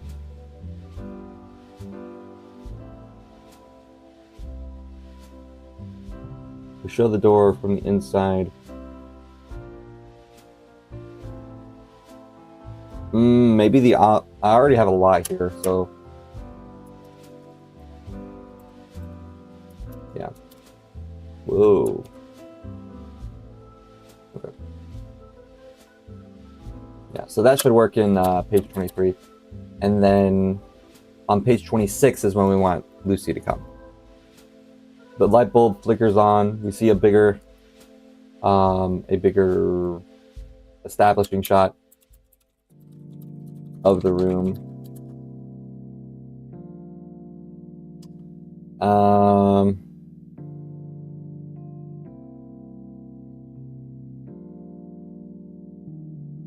Should I have a couch? I know it. So Lucy's probably going to pop out from somewhere. So I'm thinking it's either going to be like the desk, or he sees a desk, he goes around to check the inside of the desk. Maybe it's disorganized. That's a good idea because they were trying to leave as soon as possible. Like a storm came through, it makes Vassa wonder if something happened there. But in reality, it's just the one who owned the room was disorganized. It gives a sense of fear, showing its disorganization. And fear that couples be overturned by Lucy by the reveal that the warehouse isn't in use. Yes. A coach could be cool. Coach? Coach. Coach? Coach. A couch. A couch could be cool. Yeah. Yes. Showing its disorganization. And papers everywhere. Vassa moves.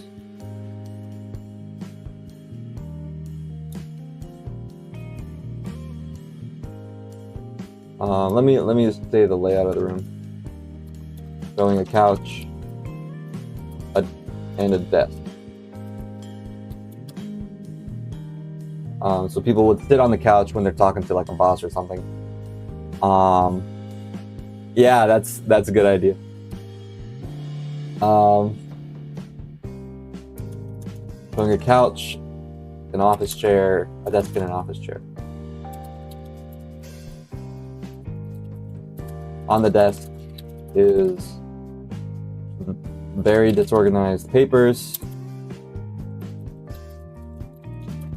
and or maybe they burned all the papers, so they just sort of have a, because they were trying to get rid of everything.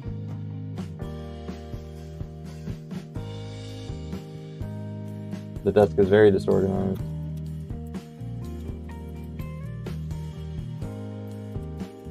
With these drawers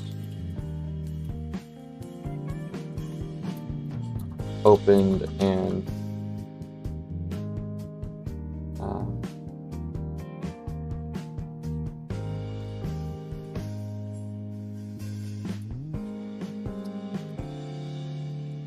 yes. Kids do that. And what I was thinking is like, couch, right? She's behind the couch, the back here, and she kind of like pops up in the corner, like out here, like boom, right?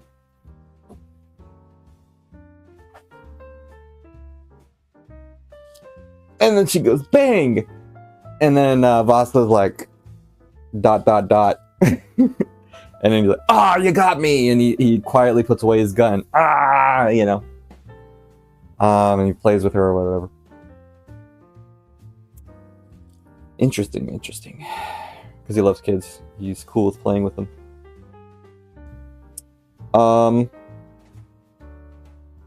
With his drawers open, and papers scattered all across. Oh, letters. Duh. Okay. And letters scattered across its surface. Yeah. Cool.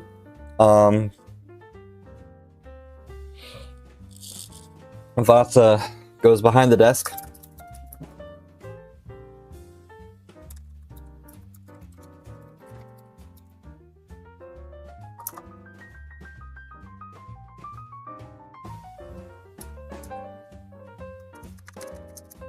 Of course, I'm going to be using dynamic camera angles. Oops, print. I don't want to print. Cancel. Control B.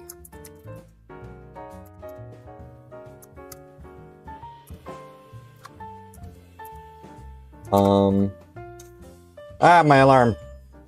That's my alarm to wake up. Hiyoshi. Good morning. Don't play my jazzy anime. I don't want copyright strike. No. Okay, ignore that. That didn't happen.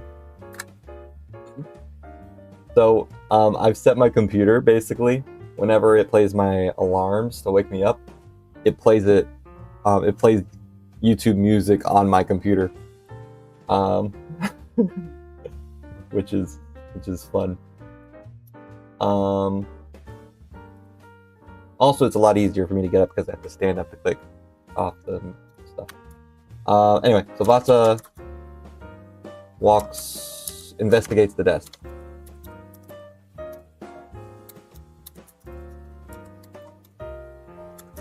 Looking for secret compartments and other things. But he finds nothing.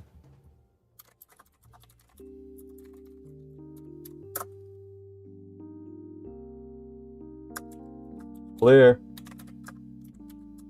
What's clear in Japanese?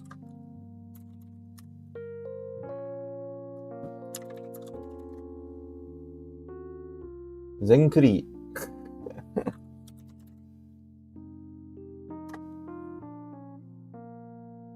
No. It needs to be the declarative clear.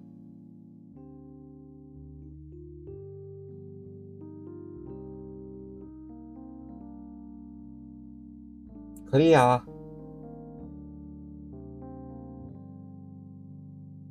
Whatever. Doesn't really matter. All clear.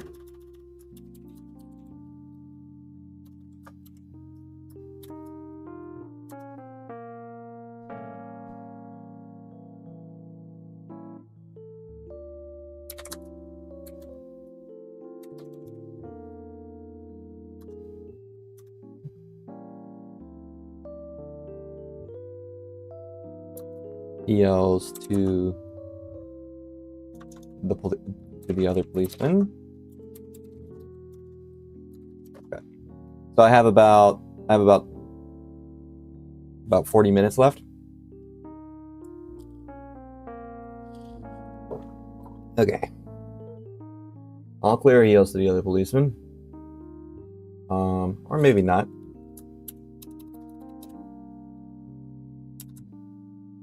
Just not do that. Okay, so.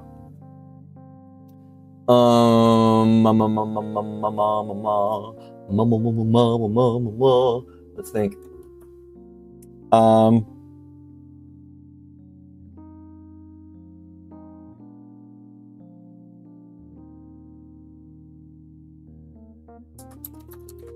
He begins gathering the evidence. Or he just says, we've got letters in this room. Or maybe, do they have walkie-talkies back then? I was just about to type that. Do they have walkie-talkies back then? Walkie-talkie, invented when? Yes, they did. Okay, cool.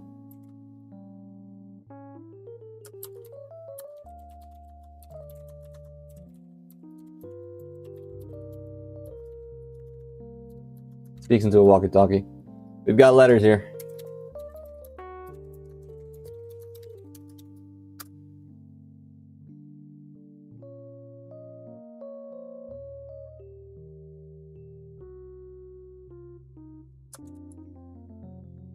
Hana replies, on my way.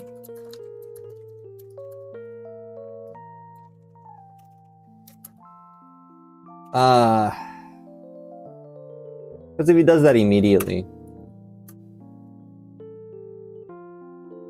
So we'll just have him quickly hear something before he says that.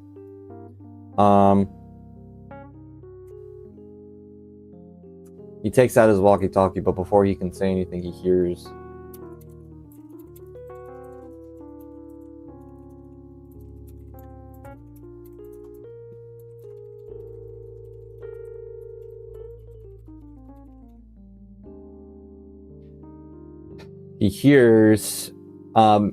a giggle.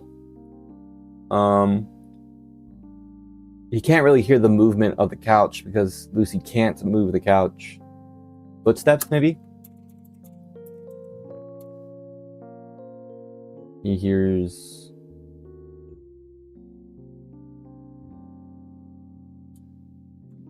or maybe he sees hair.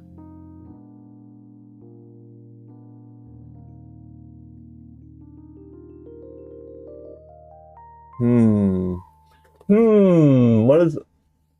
New question, everybody. How does Vassa get detected to see Lucy? How does Vassa get alerted to Lucy? That's the new question.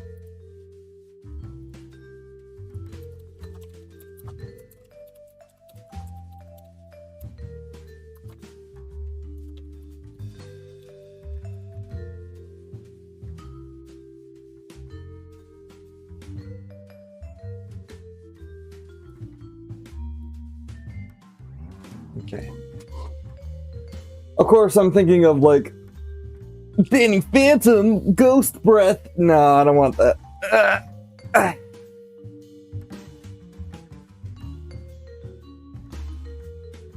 So how does he get alerted of Lucy's presence? Yeah, that's pretty hard. That's pretty difficult. She could be... Kids are loud, man. Like that's just one thing I know teaching them. They're loud. I basically know when a child is there. Yeah, Lucy's hair is not that long. Footsteps work and add intrigue since if she's not there, how can her feet make noise? Maybe he hears shuffling. I agree, but also like there's a policeman outside of the door, who would also be walking around the storehouse. Yeah.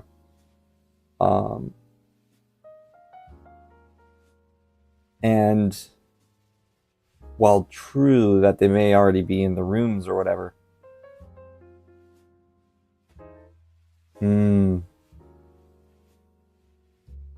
I think footsteps work as well. Because at that time, they're already in the rooms. So, but they could still be running around. I don't know. It wouldn't be that weird to hear footsteps when a bunch of cops are everywhere. Oh, yeah.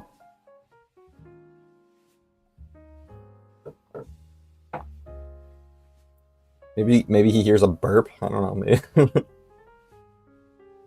a giggle. Giggles are a little too creepy. I think it's like, you know, it's like a horror trope, a horror movie trope. Honestly, the giggling of children isn't that scary if you actually like listen to actual children giggle. Footsteps might. I wanted to be like she's hiding from him. And so she can't really move furniture.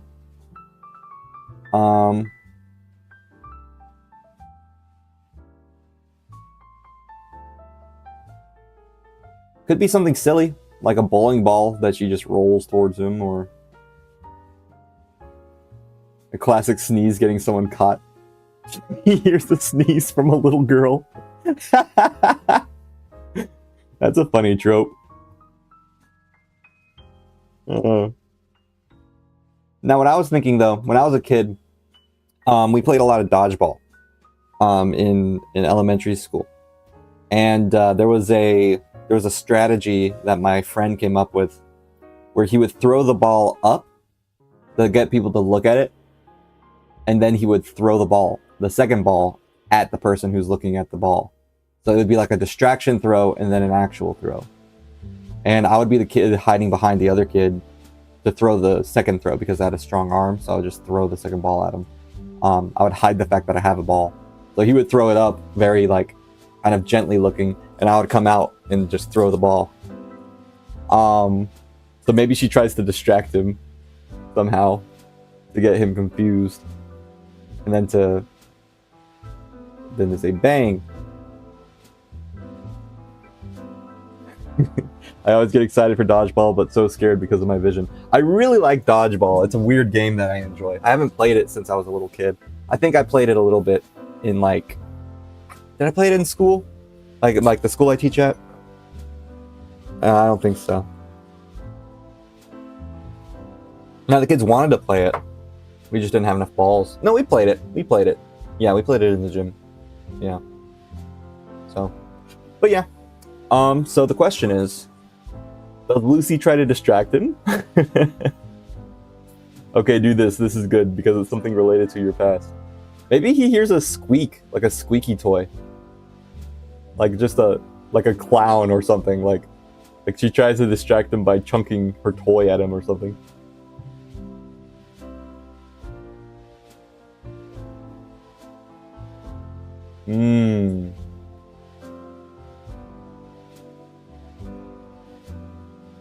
Dodgeball? He throws a dodgeball. He sees a dodgeball fly towards his face. That's just silly. I mean, it works, but like it's like, okay. And it's poorly tossed too. Yeah, like she's trying to... You just see a dodgeball from behind the couch getting tossed, and it rolls on the ground because it's like, what? And she jumps out and says, bang! Yeah, that could work.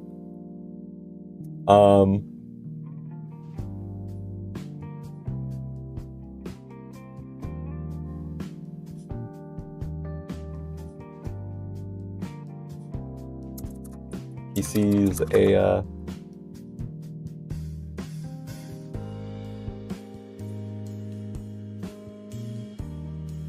a dodgeball fly from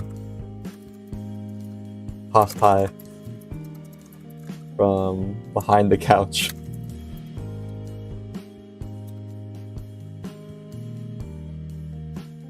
Well, high for a child's perspective. One thing I do notice about kids, they try to throw things high, unless they're like 10 or 11, where they can actually put some oomph in it. The young kids, when they try to toss something, they're just running around basically tossing it like inches in the air, and then it falls on the ground. basically.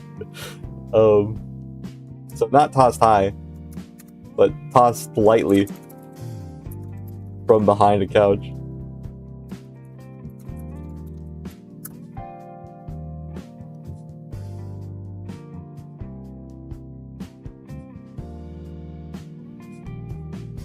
And it kind of, the thing I imagine is like it drops and then just like boom, boom, boom. Yeah, I could. Yeah, I could write in the author's notes in the first volume if I do that. Yeah, my friend used to do distraction throws and dodgeball. I love when writers write small nods to their life like that. Yeah, yeah. I would throw like that when I was a kid. Yeah, that's true. Man, yeah, little kids are cute. Little kids are like the cutest, man. I taught pre-K kids, and they just say things that are very obvious, right? And so I would have Lucy probably just say the exact same thing of what she just did. She's like, "Did I distract you with my dodgeball?" You know, something like that. Ah, they're so cute.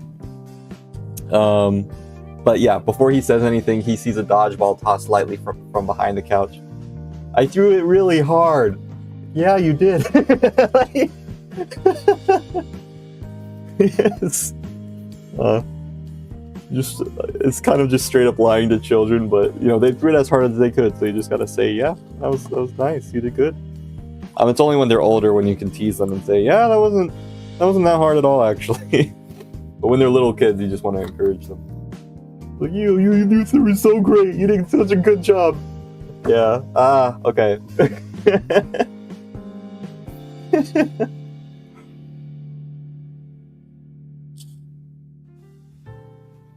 Bang, I got you.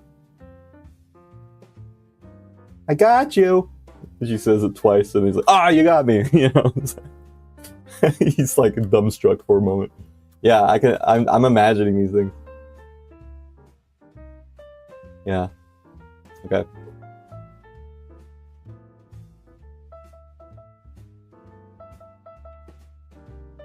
Yeah. Well, before he can say anything, he sees a dodgeball tossed lightly from behind the couch. Oh man, I only have 30 minutes. Oh, not even. I have 25.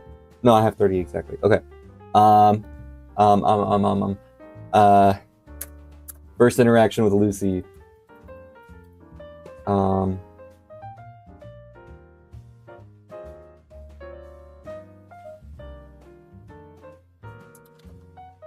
He walks towards it. No, he starts to slowly walk to the corner of the couch.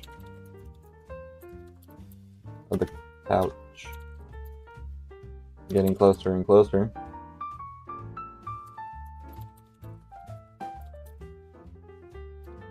Until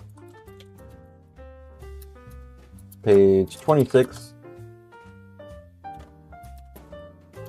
Bang! There's Lucy. Right, so the way I imagine her, Vassa is on like this side of the couch. On like this side, coming in from behind. Lucy is laying down on the couch, kind of like this, right? Kind of like this.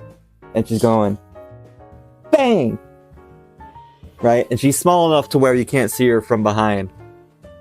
And so that's kind of how it would be.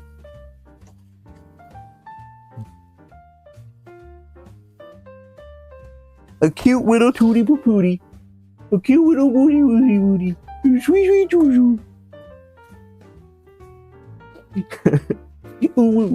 Okay, bang, a little girl.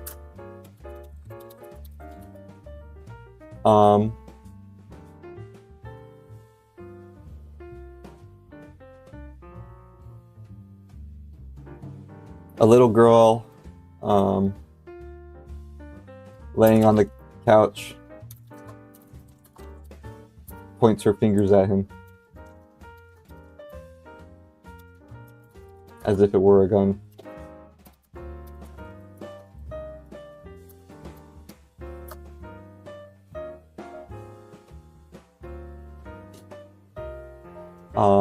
Maybe Should I make this a spread? Because I know I'm going to already have another spread. So like a 2-page spread. I know I'm going to have another one. I think it should be, yeah.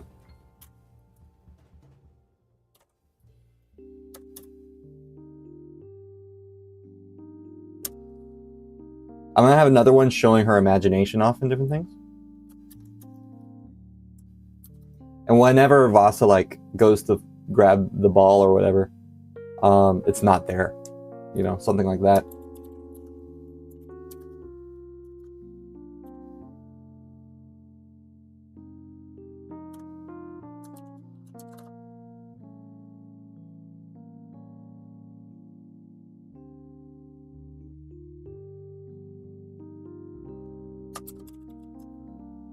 Vassa is dumbstruck.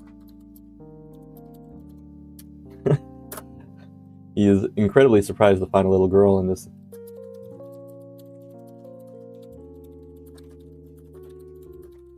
In this investigation scene. We've met Lucy! Ah!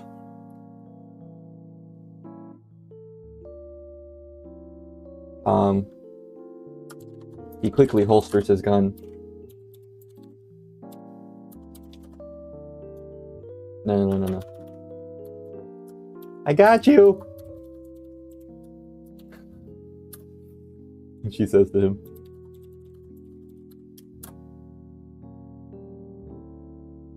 Oh, she'll be speaking Japanese and he doesn't know Japanese.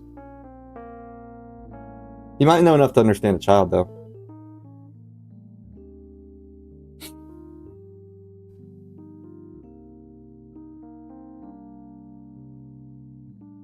That will be a fun dynamic. I'm just liking this more and more. Yeah. He stares for a second more. Ah!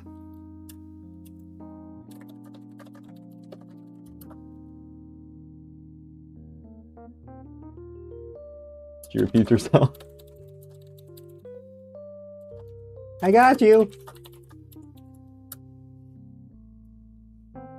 Vassa holsters his gun.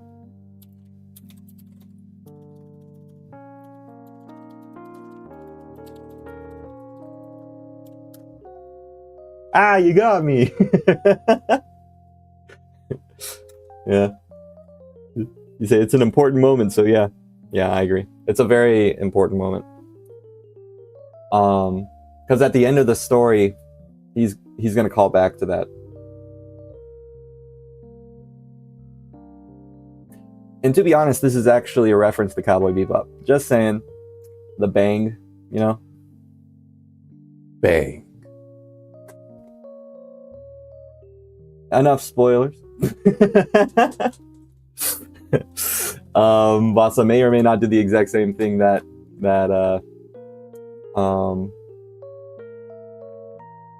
Spike did, maybe. Vassa quickly holsters his gun. Ah, you got me.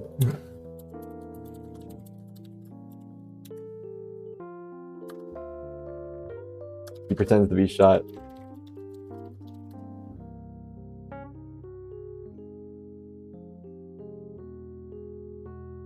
Yeah.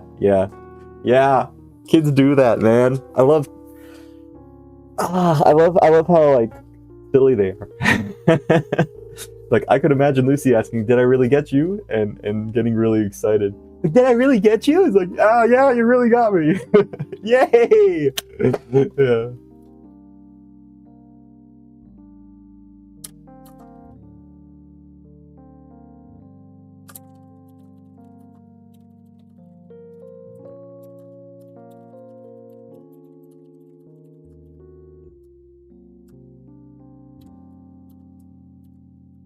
Yeah, you really got me.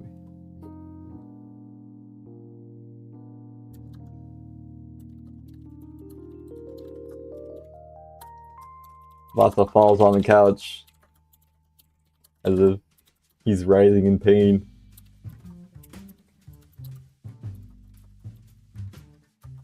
Lucy jumps up and down. giggling, squealing. They kind of make this really high-pitched noise whenever they're, you know, kids.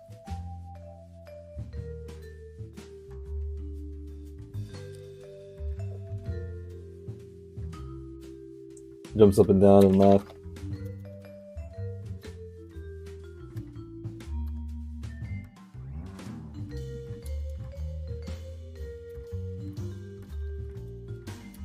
This is so cute. Ah.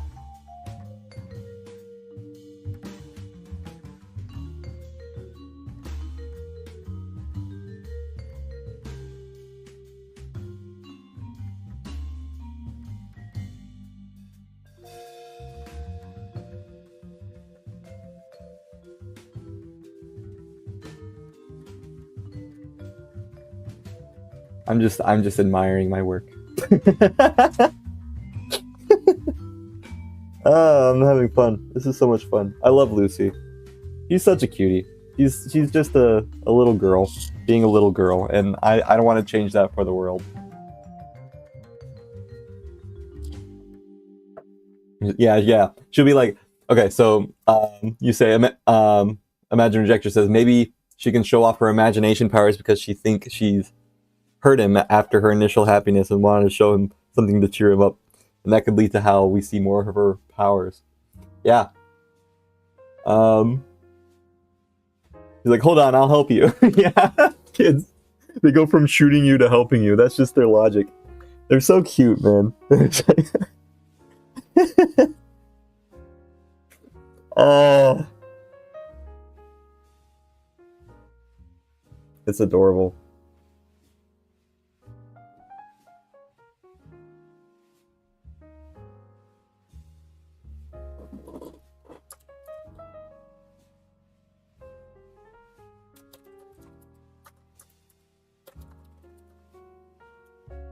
She wouldn't even say hold on. Hold on to something.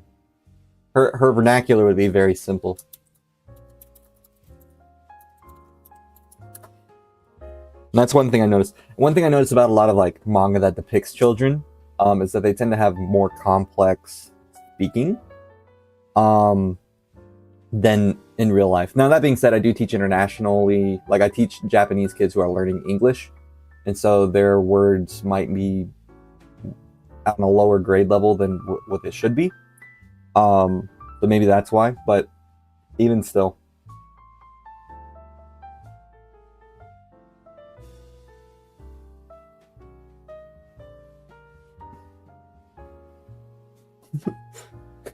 I'll help you. She takes out a med kit. Or what's something?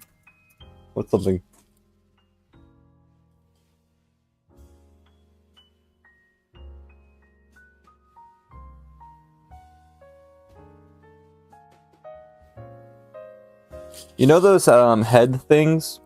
There's whenever I was sick, a couple weeks ago, I had this I have a picture of it. I had this head thing that they sell in Japan, where basically, let me see if I can find it.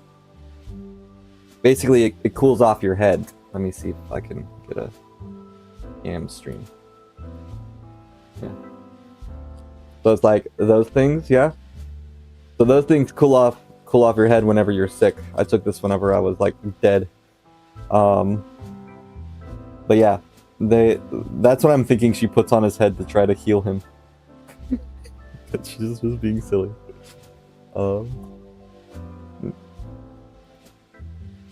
Yeah, or a children's band-aid. Yeah, that would be cute. Yeah. I don't know, man. There's so much we can do with Lucy.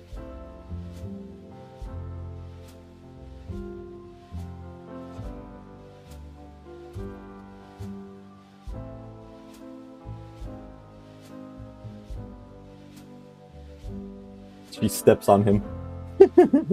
Yeah, like the cool. Yeah, that's the thing to cool fevers. They have them in Japan. They may have them in America. I just never bought one until I was in Japan and I had a pretty high degree fever. 104 degrees Fahrenheit or 40.1 degrees Celsius. And that sucked. Man, that was a high fever.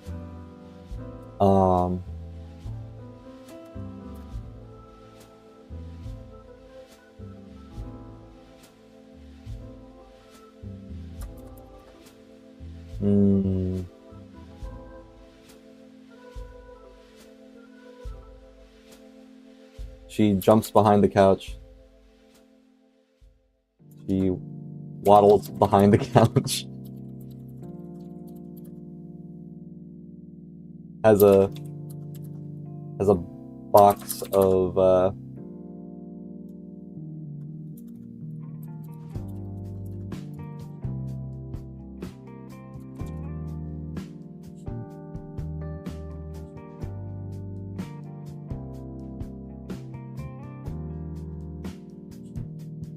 I don't even know what they're called. Head coolers? Fever things?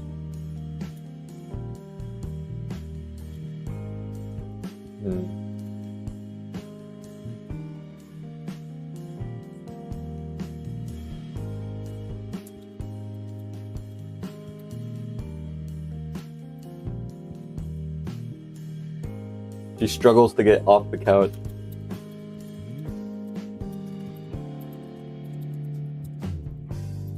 Waddles behind the couch. Or kind of runs behind the couch. The kids, when they walk, they kind of waddle. They're like penguins. Really cute.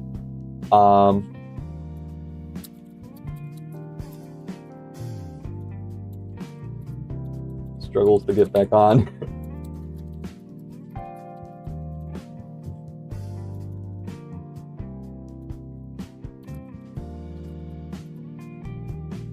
Oh, head cooler mats. Pads? Cooling pads? Forehead cooling pad. I mean, that's a little different, but basically, yeah, this. Ah, my other alarm. Okay. I have 10 minutes. Whew. Yeah. Comes back with a box of forehead cooling pads. Struggles to get back on the couch. And slaps one on his face. And walks on top of him to slap one on his face.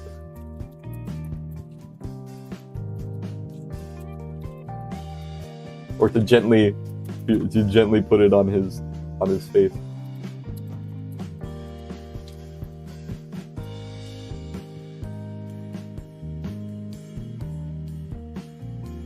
Vassa probably immediately notices that he doesn't feel her weight. He doesn't feel the coolness of the fever pads. So it doesn't help him at all. Like, he's not even sick, so it doesn't matter. But he immediately notices that she's basically weightless, yeah?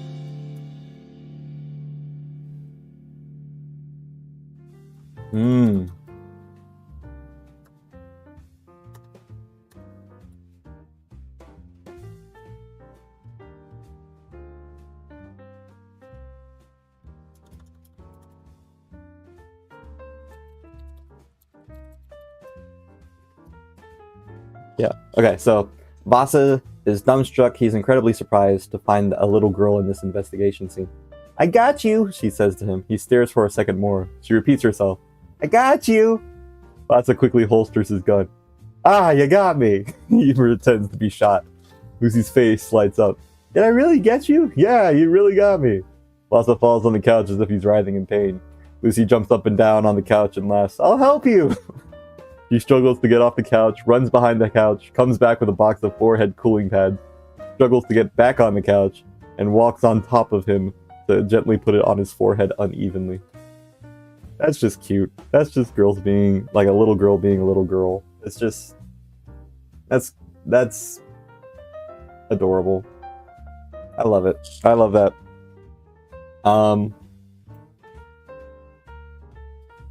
Because she's never witnessed someone actually getting shot. so she wouldn't know what that would be like, I would assume, yeah. But Vassa has to notice at this point that she's incredibly, like, basically weightless, right? So, and probably a cop comes in and is like, "What are you doing? You're laying on the couch." Yeah, this isn't your lounge, man. Like,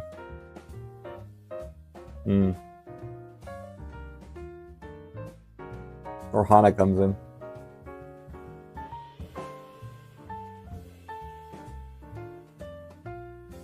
Thinking.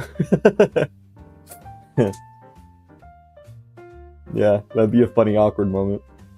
Well, get off the couch and let's go. You know, it's clear, yeah? Or where's the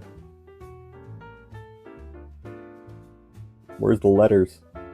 Yeah, so maybe he's in like the top floor or something.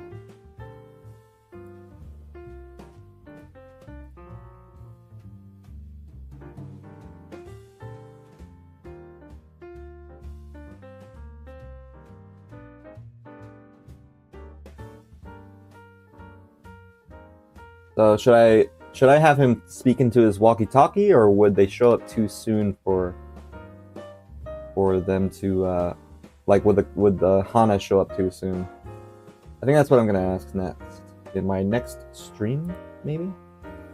I have a few minutes. I kind of want to just ask that. So I'll just go ahead and ask. Here we go. So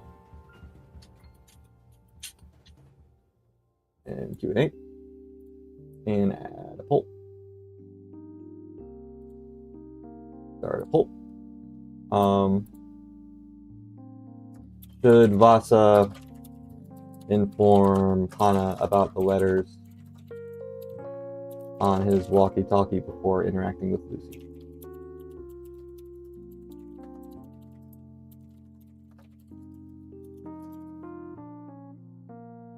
I think yes, because if so, then that would allow him to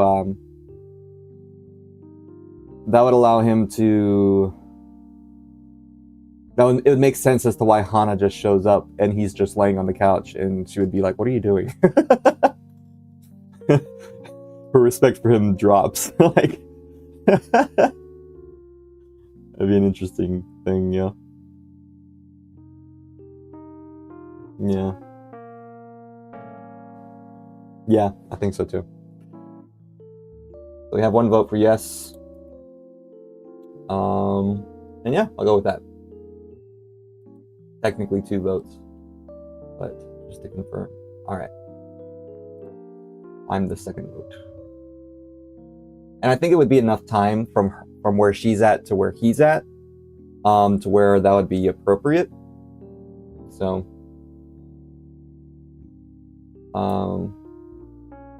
he takes out his walkie-talkie.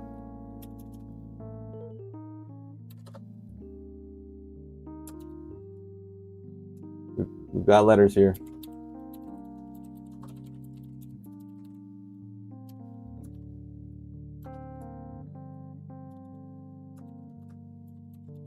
Okay. Hana replies. I'll be up there after I finish investigating my room.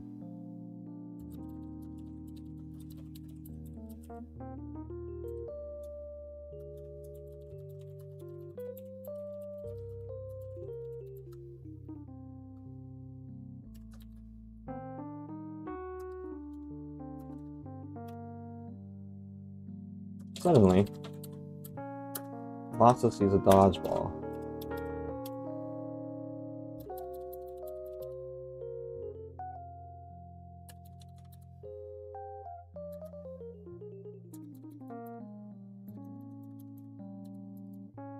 I threw a ball to distract you.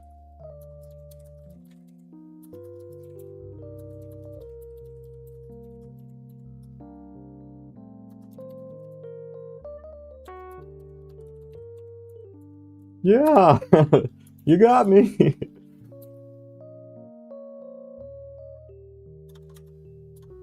kind of want to add that. You wouldn't know the word distract. I threw a ball to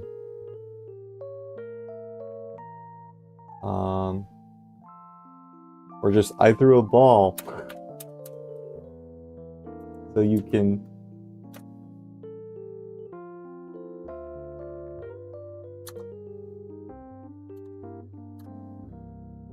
with the distract, simpler word.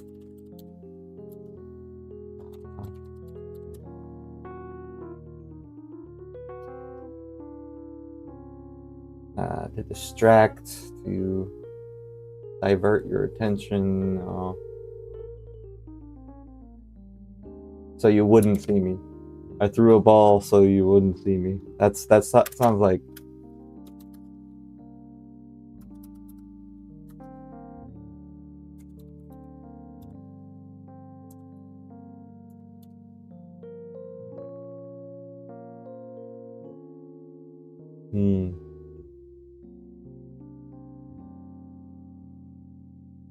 I threw a ball so you wouldn't know.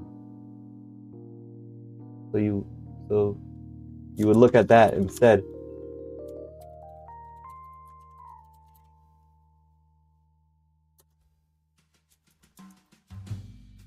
I threw a ball so you would look at that instead.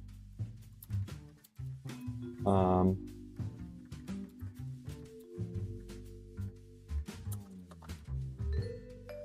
help you. Yeah, I think that works. Cool. Well, it's getting time. I have 7 minutes max, but we got cute little Woosy. I'll make this page 29.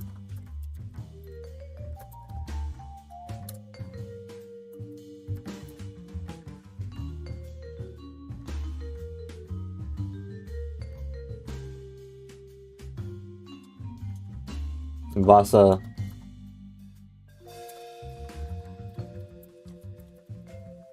is one of kind of like how I view children, just like aw, like very happy that a little girl is being really cute.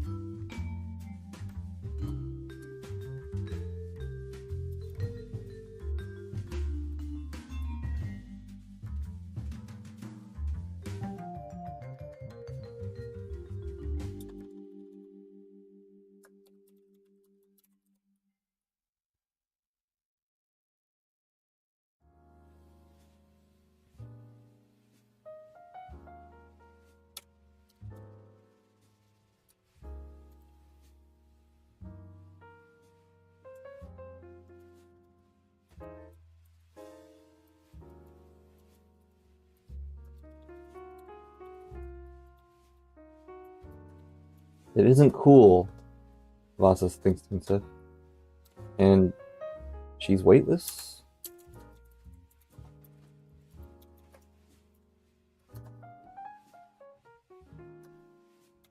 Suddenly,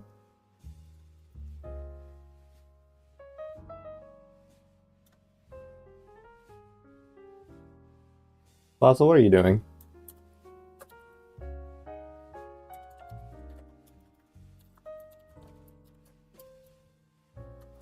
Hana asks from the door.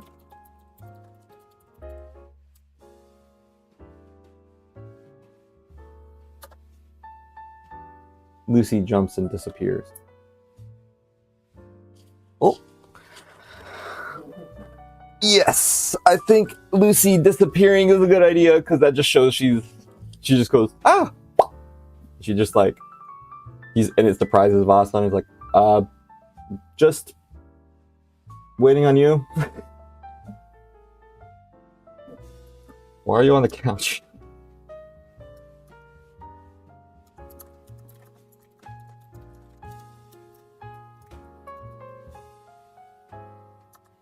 And Hana here.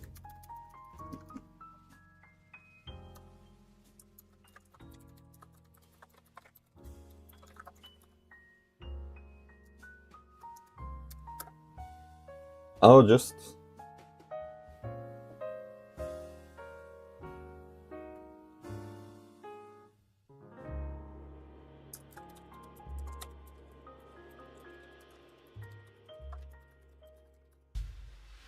the...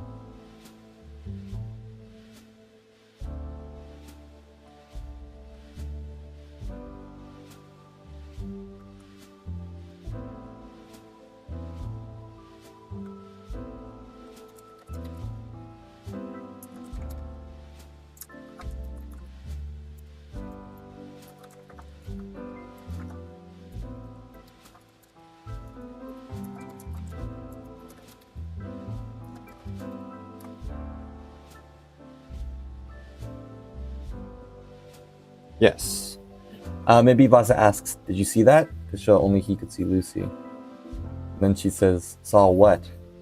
He could be hesitant to say anything and make himself look worse since he's already lounging around. Yeah. Yeah.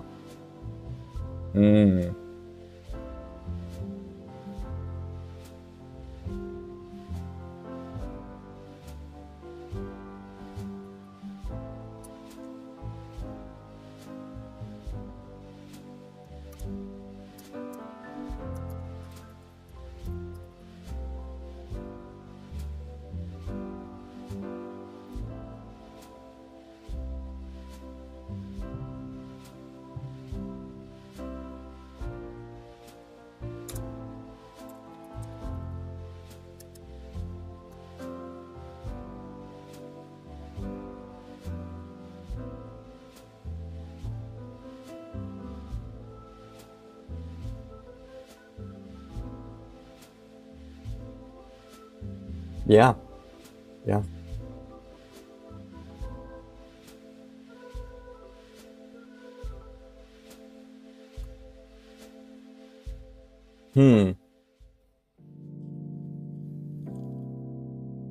I kind of want...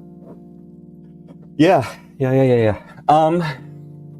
I think if he asks, did you see that, it might be a little on the nose. But also, it's a good idea. Because we need to establish that she can't see Lucy.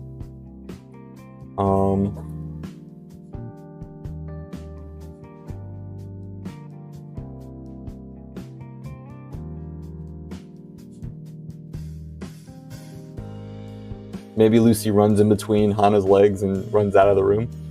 Or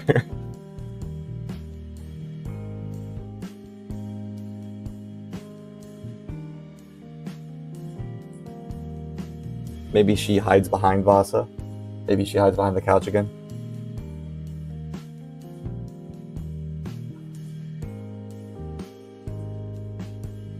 Or maybe she's just gone. And she reappears again whenever he's walking out and holds his hand.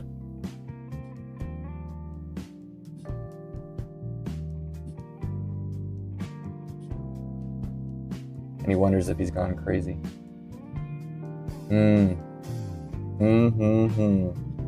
So much to do, so much to do. Let's figure that out next time.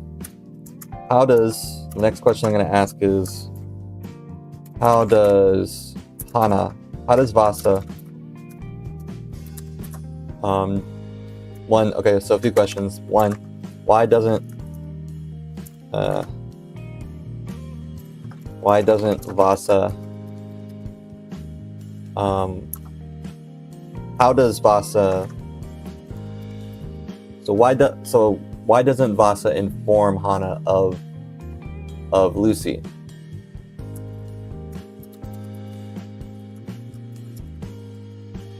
Immediately. So we have to have some sort of suspicions to do that.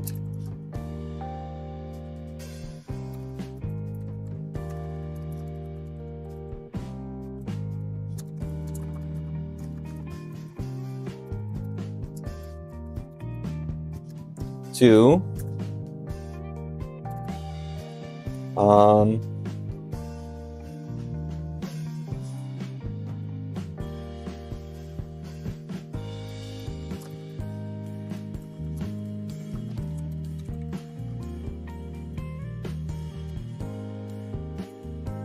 isn't what's it called whenever it's like concretely there? Isn't isn't. She's like in the form of a spirit or something, you know, she's not like actually there, but she's there's a word for it. Some sort of suspicion. So Vassa has some sort of suspicion that Lucy isn't actually there before telling Hana.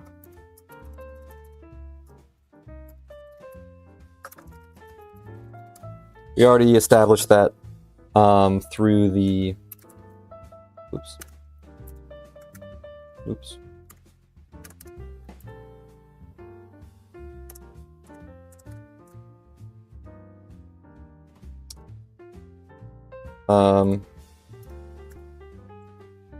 We already established that through the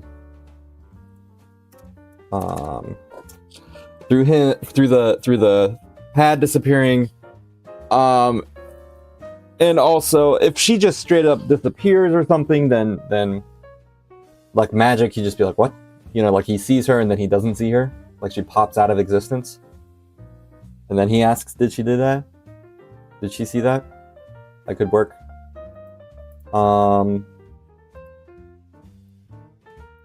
And how does Vassa know that Hana didn't see her?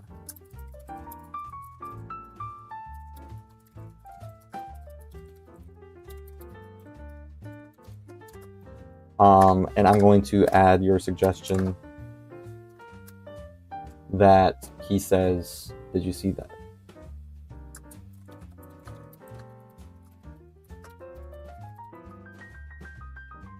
Yeah. Okay. That's it. All right. Thank you for hopping on stream and watching me as I continue to work on my manga, my Copyleft manga. I'll be here back actually tomorrow. Tomorrow is Friday, which is my day off. And that will be my 10 a.m. So around your 7 p.m. Y'all 7 p.m. if you Central Time. So your Thursday, my Friday. I'll be here tomorrow around 10ish, give or take. I'll go ahead and set that up, and yeah, I'll see you guys next time. Thanks for hopping in. I had a blast today. I had a lot of fun. Lucy's adorable. We got to page 30. Wow. We did quite a lot. We started on page 20 today. Yeah, so we did 10 pages in one day. That is pretty good. All right, yep. I'm so excited. I am so excited. This has been so much fun. I can't wait to actually start drawing it, man.